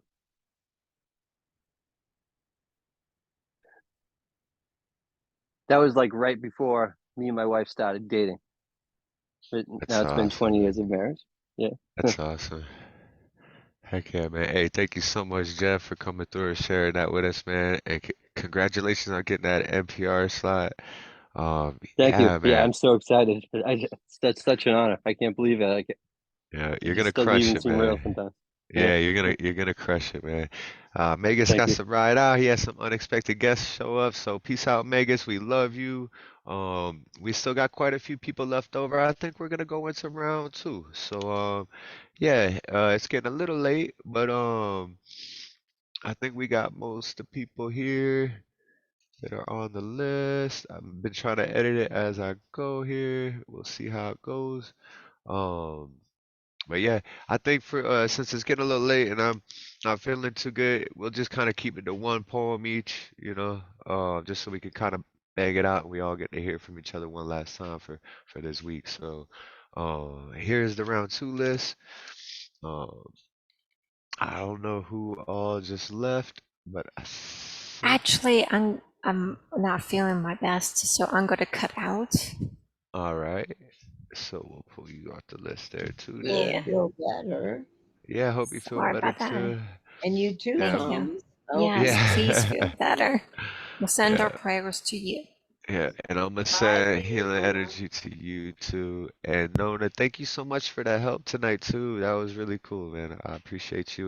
And like I said, man, you part of the family. We going, I know my wife has been talking with you, and yeah, it's just so cool having you part of Open Minds, and we really appreciate you. So I hope you feel Same. better and have a wonderful night and enjoy your Have weekend. a good night, y'all. I Bye, hope I dear could see Nona. some. Bye. All right. So, I'm gonna do this piece. I don't know. Some of y'all may have heard it. Some of y'all may not have. Haven't been on the right because I'm, under the weather. But I like this one. I wrote this in the middle of a field in Queensland, like off in the Crown Territory. I was just kind of walking around, and my wife was collecting bones because she likes collecting bones, and we did that atlas piece with it. That one atlas where we wrote his name and all these bones. Yeah, so I was kind of wandering around this field and I wrote this. It's called Nature in Bloom. Pondering on the nurturing nature of my home, wandering around searching for danger I'll never know, surrounded by bones of lost creatures serving the unknown, rounded stones, exhausted dreamers, they'll forever roam. Silence is the guidance of science. Defiance never grows. Compliance with license from titans, clever thrones. Thrown my life to the whims of those whom chose. Grown while I strive towards the unknown, alone with my wife. This life has had its own plan. A man, maybe more, but no less. No stress, I need you to know this. Bliss is within reach. I try to spread light and reach out beyond all doubt. Widespread, my plight is to speak out loud. Enough for at least one soul to hear these words. Listen to this wisdom, it comes from the birds in every chirp Every morning song, we shall survive, strong. Long after we're gone, our souls in laughter will live on. Thank y'all. All right. So Thank up you, next. Thomas. That was beautiful. Thank you. Yeah, so up next we've got Lantern Carrier. If you could unmute yourself and bless us with some Yay. words, brother. Thank you, Thomas. All right. A day of remembrance, celebrating Miguel Algarin. Pioneers are visionaries, driven by an innate sense of love and purpose to create something new for themselves and a legacy for others. They are blessed with the spirit of togetherness, friendship, and diligence, harmonizing to manifest great ideas from the soul to elevate themselves and others. Step into the basement of 236 East 3rd Street, Manhattan, and be filled with the spirit of jazz, hip hop, theater, rhythm and blues, as well as the artistic eloquence of enchanting lyrics of spoken word, such as can only be heard with the New York Cafe's inimitable style. 50 years later, and the decor may have outgrown the decades of this fabulous setting, but the ambience is still magical. Songbird of the heart still whispers love whenever the karaoke enthralls, or one becomes mesmerized by the elocution of flow, vibrancy, and diction, like a bevy of song bearers by so many performers. I wonder what it was like in 1973 when poets, playwrights, writers, and musicians of color, shunned by the elite, walked into the living room salon of the East Village apartment of Miguel Algarin. Perhaps the soft breeze paid homage to their collective genius on that cool fall evening, as Paradise calligraphed the names and forthcoming merits. Did they see themselves 50 years later in the famous New York Cafe, known not only throughout America and the world, but with so many accolades and reverence, a branch in the cause of furthering humanity's ascent to a greater light and love? They have been beacons of inspiration, triumphant in adversity. They shone like the dawn, illumining us with artistry nonpareil and the sweetest rays of benevolence. They ooze creativity and charisma, taking us through challenges to the molasses of healing and the pinnacle of excellence. One that stands proud like Everest, a pillar of fortitude, exemplifying the gateways of beauty and splendor. Unfurling with luster, the New York Cafe alchemizes the eloquent fire of words into a finesse as charming as butterflies and firm in love. Its bewitching bars guide us through restless waters to the inner scent of healing, so necessary to solitude. A jasmine in its elegance and fragrance, poised like the swan, stately in magnificence. Sadly, today we also pay homage to the sacrificed and all who were victimized in ways sometimes questionable, dying in reservations or from the malicious prejudice of chokeholds, prison, and the innocent dangling on trees and ceilings. 9/11 was unprecedented in American history and changed the face of global politics, immigration, and surveillance. Here in this pendulum where we swing, the universe dances its rhythms, leaving the echoes of wailing behind as we unfold like lotuses on this self-transcending journey. New York Cafe, you smile and waltz, waving harmonies through the continuum of life's trials, adding flow like a river, soulfully offering a tapestry of brilliance. You have been a major voice for poetry over decades, rising to the occasion when humans were the most vulnerable and bringing solace to thousands. Long live the spirit of Miguel Algarin and the founding members, the recent past and current team of the New York Cafe. London Carrier. Thank you. Thank you for that. Thank you. That was beautiful. Yeah. Thank you And very Thank much. so you. my wife told me yesterday, I guess they're gonna be closing for a little bit for the renovations and stuff. Are they Indeed. gonna? I think they're still gonna do the online stuff though, right? The online open mics. Yes, yes. Okay. All right. Excellent. Yeah. Thank you so much.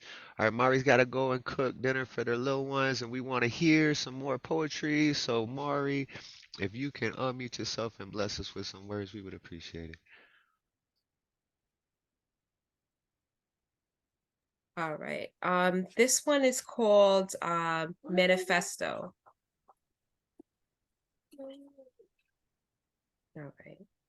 I was birthed in an altered dimension, constructed by the hands of deferred dreamers, souls bludgeoned by burdens until they turned into concrete slabs and bricks, which were used to construct cities of catacombs with exits that only put you right back at the beginning of a path of footprints that lead to self-destruction.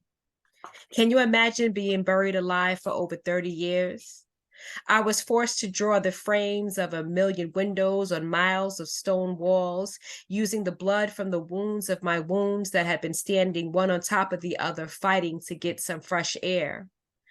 The toxic environment caused parts of my soul to slough off and evaporate into the stale atmosphere, which mocked me with precipitation that consisted of my innocence dispersed into raindrops, which would form 12 feet deep lakes that would taunt me with the reflections of what was lost, taken by force, and I had no choice but to swim across and continue on my path to the surface.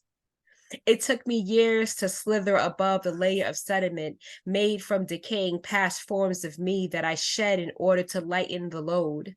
While I struggled to ascend mountains of spines, the remnants of skeletons in the closet, navigating across fractures caused by the weight of the world on weak shoulders, demineralized by society's leaching tendencies, which erode souls and strip the nutrients needed to produce creativity, which in turn depletes the energy necessary for survival.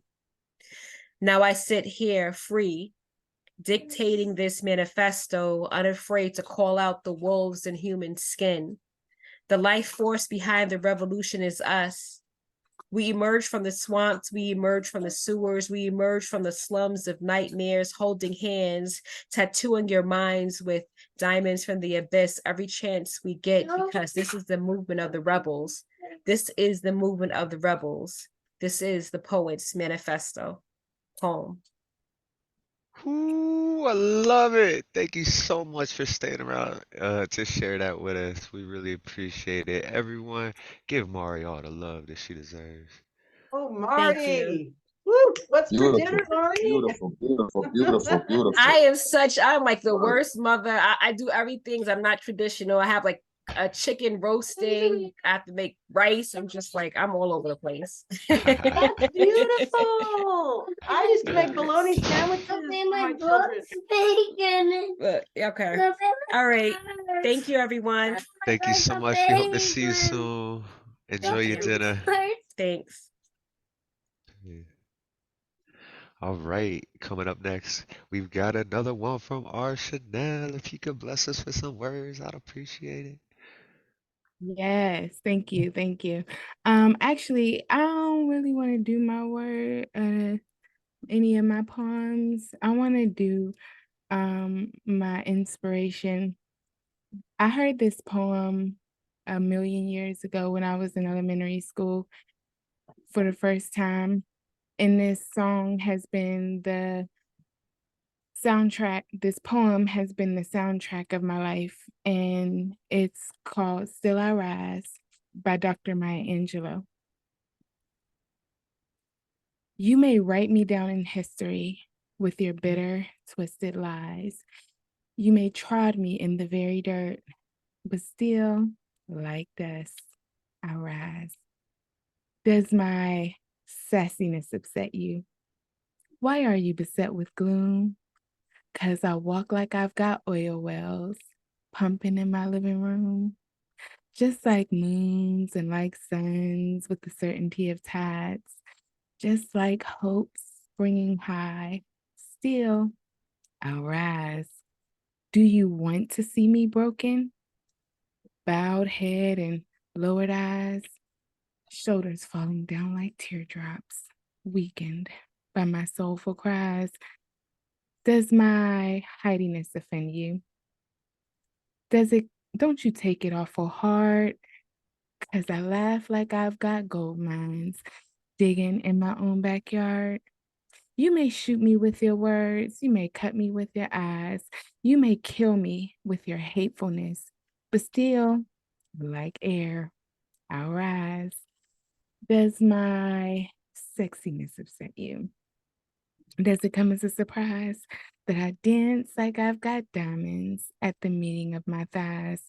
Out of the huts of history's shame, I rise. Up from a past that's rooted in pain, I rise. I'm a black ocean, leaping and wide, welling and swelling. I bear in the tide, leaving behind nights of terror and fear. I rise into a daybreak that's wondrously clear. I rise, bringing the gifts that my ancestors gave. I am the dream and the hope of the slave. I rise, I rise, I rise. Thank you. Oh, I love that poem too. I could see how that could inspire you at such a young age to just become uh, a beautiful poet. And you have risen. You rise, you have risen, and you got such a great energy and such great words. And thank you again for being part of Open Minds. Everybody, unmute yourself and give it up for our Chanel. Beautiful, Shanelle.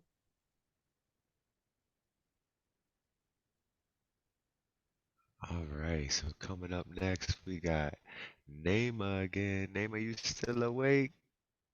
I know it's late there. Hopefully, you still awake. Didn't just pass out listening to all this beautiful poetry.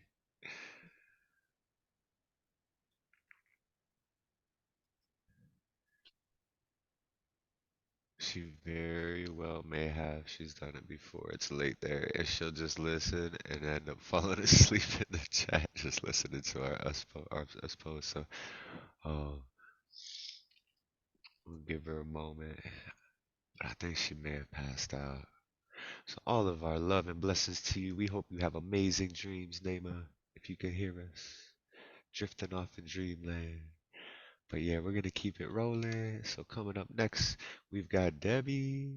So Debbie, if you can unmute yourself and bless us with some words, we would greatly appreciate it. Thank you. This is new shit. I don't know what it's gonna be like. It was a brain dump, so we'll just try it. Snuggle in arms, core of soul, dance with me, eyes of coal, into the breach, fast as you can, run, stretching, reach from dog to man, moons, is full clouds, float away, turn into monsters from another age, pages spinning like Hitchcock vertigo, murmuring, who is there? Wait for reply. Who and what? Cannot deny. Done it before. Do it some more. Stretching from branches hung on the ceiling, reminding me of something I'm reading, laughing into the cracks of plumbers, brackish waters to unpack, dark, damp core, my soul, my poor, sore, boiled soul, said Job. Murdered crows, murmured prose, sorry I didn't mean to step on your toes, climbing walls, juggling balls, can't stop me now, I'm feeling feelings, no longer looking down on myself from ceilings, drinking in thoughts, sinking in pots of clear, pure water, drying out wool socks by the flame, watch out for the otter. Mind's eye tending flame, render fat, no one to blame but myself, or the little green elf who waits there in the corner of my eye while I stare out the window in order to forget what is there inside. The bride ran away, the flowers glower, a perfect cover. Craft hovers above her. All is well, calls the town crier. No, it isn't, says the fool. He is a liar. Thank you. I loved it. That was cool. I love that. All right. So coming up next, we got Principe. If you could unmute yourself and bless us with some words, we would greatly appreciate it. But first, wait, let's all give it up for Debbie and that amazing poem. Woo! Yes, I liked it very much. Very That was nice. Very nice. Thank you, other Deborah. yes, thank It's nice to you. be able to feel like you can share something just weird and rough here. Thank you for that. Yeah, no, that's great. I loved it. Thank you. And good night, Lantern. We love you. I hope to see you Thank next you. Friday. Hopefully I'll Next be feeling Friday. better. And thanks again to all of y'all for suffering through me suffering while I'm trying to host. I know I haven't been the best Get host well. tonight. My Get well. nose I is wish you running, well. but hopefully next God bless Friday I'll you. be okay. So, because we have a wonderful feature, we got a double feature, Sfongo and Love Infinite. They put together a double feature piece, so I'm really excited about that. That's gonna be amazing. So make sure y'all are here next Friday for that for sure. Yeah. All right. So, Prince P, if you could unmute yourself and bless us with some words, we would appreciate it.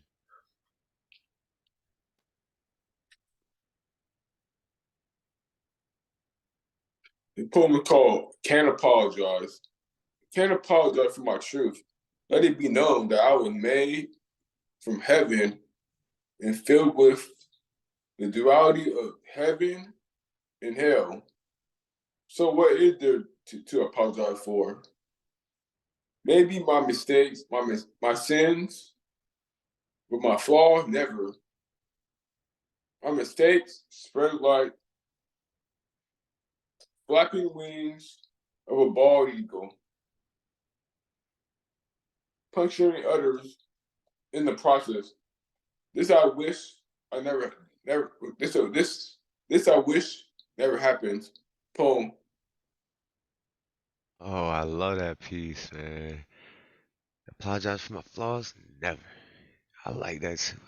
Oh, that was dope, man. That was deep. I'm loving watching your poetry evolve too, man. Like you getting good, brother. You getting good. I love it. I love it. Everybody unmute yourself and give it up for Prince P. Woo! Yeah, we love it. Keep going. We need more. All right, so coming up next, we got Miss Terri Rose-Jertson. If you could unmute yourself and bless us with some words, we would appreciate it. And tonight is going to be a comical evening, so here's another funny kind of a piece. This is called Dead Pussy. The odd smell coming from under the house in the crawl space was something dead and decomposing, looking forward because it was getting worse instead of better as the hot days of summer was heating up. The dead pussy. Pussycat got dead under my porch. Something had to be done to remove this rotting pussy. My son and I, in an joint effort, picked up the pieces of its decomposing parts, which were entwined in the ivy below, which attempted to pull this pussy back to earth. Alas, this could not be left to nature to reclaim one of its own. With a rake, we grabbed it, got it into a plastic bag to dispose of. Moral of the story: pussies left unattended will surely die a horrible death. Yep, y'all gotta keep them pussies on lock, man. Yo, That is great. unmute and give it up for Terry Rose. Word, My word, mind goes to word. so many places with that poem. Yeah, that was good. That was so That was good. awesome. Yeah, See, I I love told that. you it was going to be I fun love tonight. that Was ending fun. line. Yup, What? yup, yup. So true, so true. Yeah, definitely. Word. All right, so we got two more people to go. We got Jeff and then Cozzy. So Jeff, if you could unmute yourself and bless us with another piece, man, we would greatly appreciate it, brother.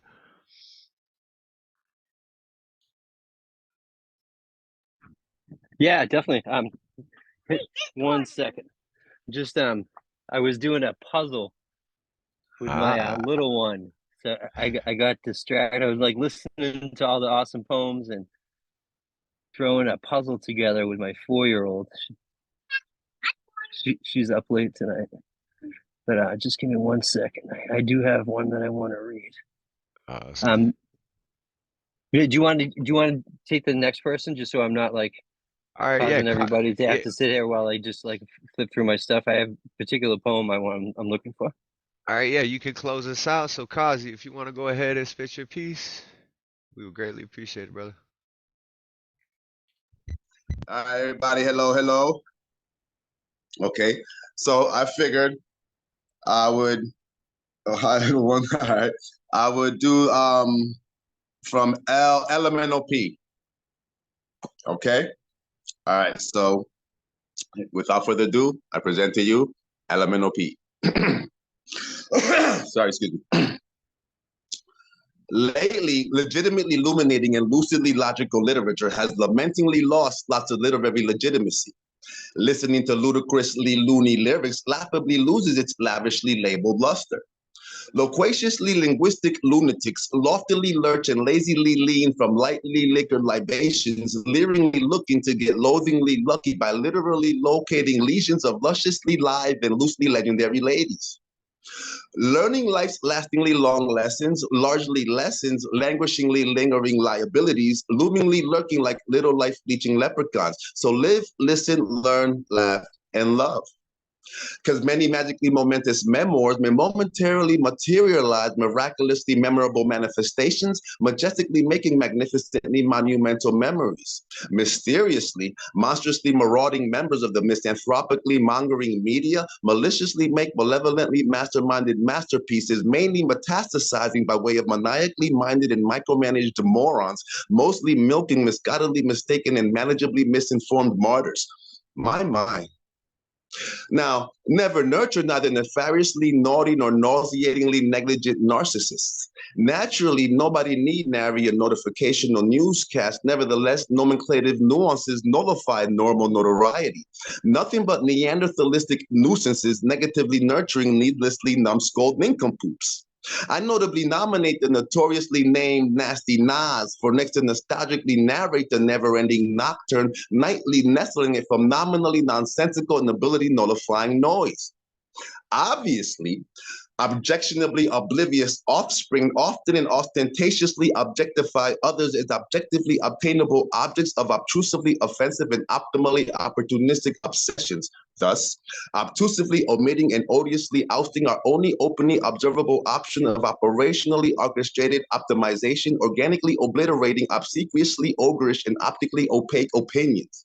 I obligingly offer an optimistically overturned oneness, overtly oppressing, oppressingly oppressive operations, obediently operating under overly obsessive orders of officially offsetting obedience. Now, protestingly pandering Protestants and promiscuously pestilent pontiffs perpetually propagate a plethora of prolifically powerful plagues by peddling primly pompous and pretentiously perpetrated propaganda.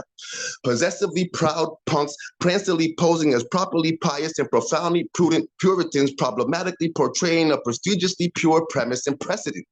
Positively, the principle of pleasure, potently and progressively precipitated by these popes, primarily pedophilic and pricely palatial papacies, precariously places portently polarizing and prodigiously palpable pressure on prominently poor and penny-pinching people. Prayer is ploddingly perilous, preying on the politely pleasant pitter-patter of praiseworthy pre-placental princes and princesses.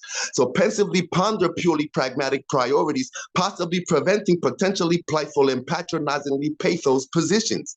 I penitently present this preponderantly promising plea. So please, thank you. Yo, Cozzy, I'm loving this alphabet poem, yo. That is Like, you awesome. eventually have to spit all of the letters on here, because then when we make your playlist, we can look them all together. The whole alphabet. You're breaking up. Uh-oh. I can't hear you. You're breaking up. Oh, shit. Uh-oh. Okay, say it again. I'm sorry, I didn't hear what you said. I said I hope that you eventually spit the whole alphabet poem here so we can put it on a I playlist would love and to. we can hear it all in I, order. Yeah, I so would just love keep to. nailing out them letters and then we'll edit them all and I'll get them all together so we can hear the whole thing. It's I got you. amazing. It, I got Yeah. you. yeah, it's amazing. It's just That's Thank skill you right so much. there, man. Not that even just is the that is writing in a it, but that is to some be able to skill. perform it, man. Like crushing it, man. You got them lungs, boy, to be able to spit that out. Thank you. Thank you. Thank you. Yeah. Thank you. And Thank you. Thank thanks you for coming back, man. And I hope to see you here next for Friday having and the Friday after that. And you part of the Open Minds crew now, baby. So me. Thank yeah. you. Thank you. Thank you. Thank you, man. All right, Word. everyone, give it up for Cozzy Coz. Woo! Yeah. Because I would Thank you. love to Thank have a conversation with you someday offline about what to process it, how you're like creating this. But The I'm particular always you. Of process curious. in course. which he processes all of. I'm so Of course. curious how you got that going. Yeah. All right, yeah. But So me. Let's help each other. Now you're breaking up. What? Still. Now you're froze. uh, I think it's an affirmative. Yes, affirmative. You were in alignment with that we should know more about that process. Yeah. I'm gonna put my link on so you can hit me up and we can follow each other. I don't have Instagram. I'm gonna put my Okay. my Gmail in the Okay. yeah, we love when the open minds people get together and collaborate and speak with each other because we building a community here of just amazing poets. So make sure y'all email each other and get in contact. Word. Yeah, we'd appreciate that. Jeff, if you want to close this out for the night, man, I would greatly appreciate it. Go ahead and unmute and yeah. Great, yeah, I'd love to do one more. I got a short one. Rolling back to the theme of me and my wife's 20-year anniversary last week. I have another one for her. This one is called the power seat. When I asked Ari to marry me, she was on the toilet sorting a stack of bills I mistook for a tarot deck. She turned over the wheel of fortune. I became the magician. When I got down on one knee, she answered, "Are you serious?" I had the element of surprise, but she held the power seat.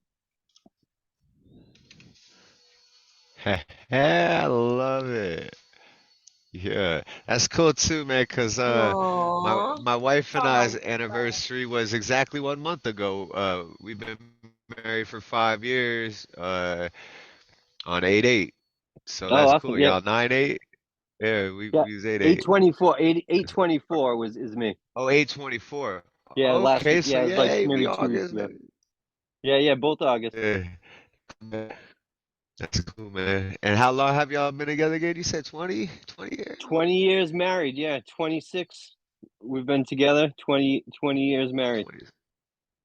26 years together though. Awesome, man. Isn't it so cool to find someone that you just love and just want to be with, man? Like, It's the there's best nothing thing. It's like what it, man. life's all about. There's nothing else. So you've been Yeah, Everything together else that you do, it makes everything definitely. better. Like everything that you do in life after that you were becomes together for better like when you share it. 20 years before you started making offspring into the world? Like that's what my math is No, telling. I have a 16-year-old daughter. Well, we have a 16-year-old who's our oldest. We have a 10-year-old, and we also have a 4-year-old. Wow. I like the long breaks you took in Distance. between them because you need to Yeah, have that, 6 years. that cool down period. Yeah. Because then you Beautiful. can have the one watch the other, and They vice do, yeah. versa. No, they really help. Yeah, They're great together. yeah, that's awesome, man. Well, it's time to say goodbye, everyone. Thank you for sticking it out, even though, I'm dripping and sneezing and, trying to do my best to host this thing. Hopefully by next Friday I'll be in better health. And yeah, I appreciate each and every one of you for coming out. And yeah, I hope to see you guys next Friday. Enjoy your weekend. If y'all want to take a few moments to say goodbye, now's the Later, time. Thomas. I Thank you, love you, Yeah. everyone. I love you too, What do mama. you stick with, Thomas? I've had bronchitis for like 8 days. I'm just Yeah. finally starting to get over it a little bit.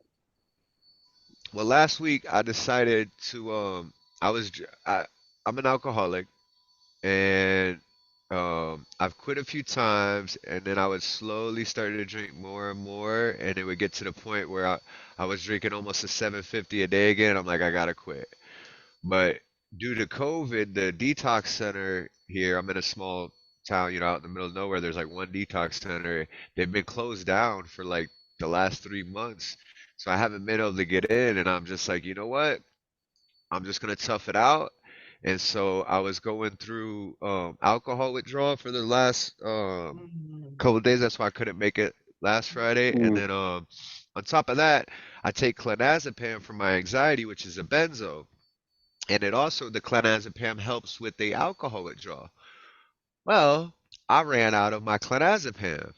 So Oh I was no. going through benzo withdrawal and alcohol withdrawal Oh with no help, just straight wow. cold turkey. And so it lowered my immune system. And I had my buddy had his kids over this weekend, last weekend, and they kind of got sick, and so I think they passed it on to me because my immune system was compromised from all the detoxing and just, Yeah.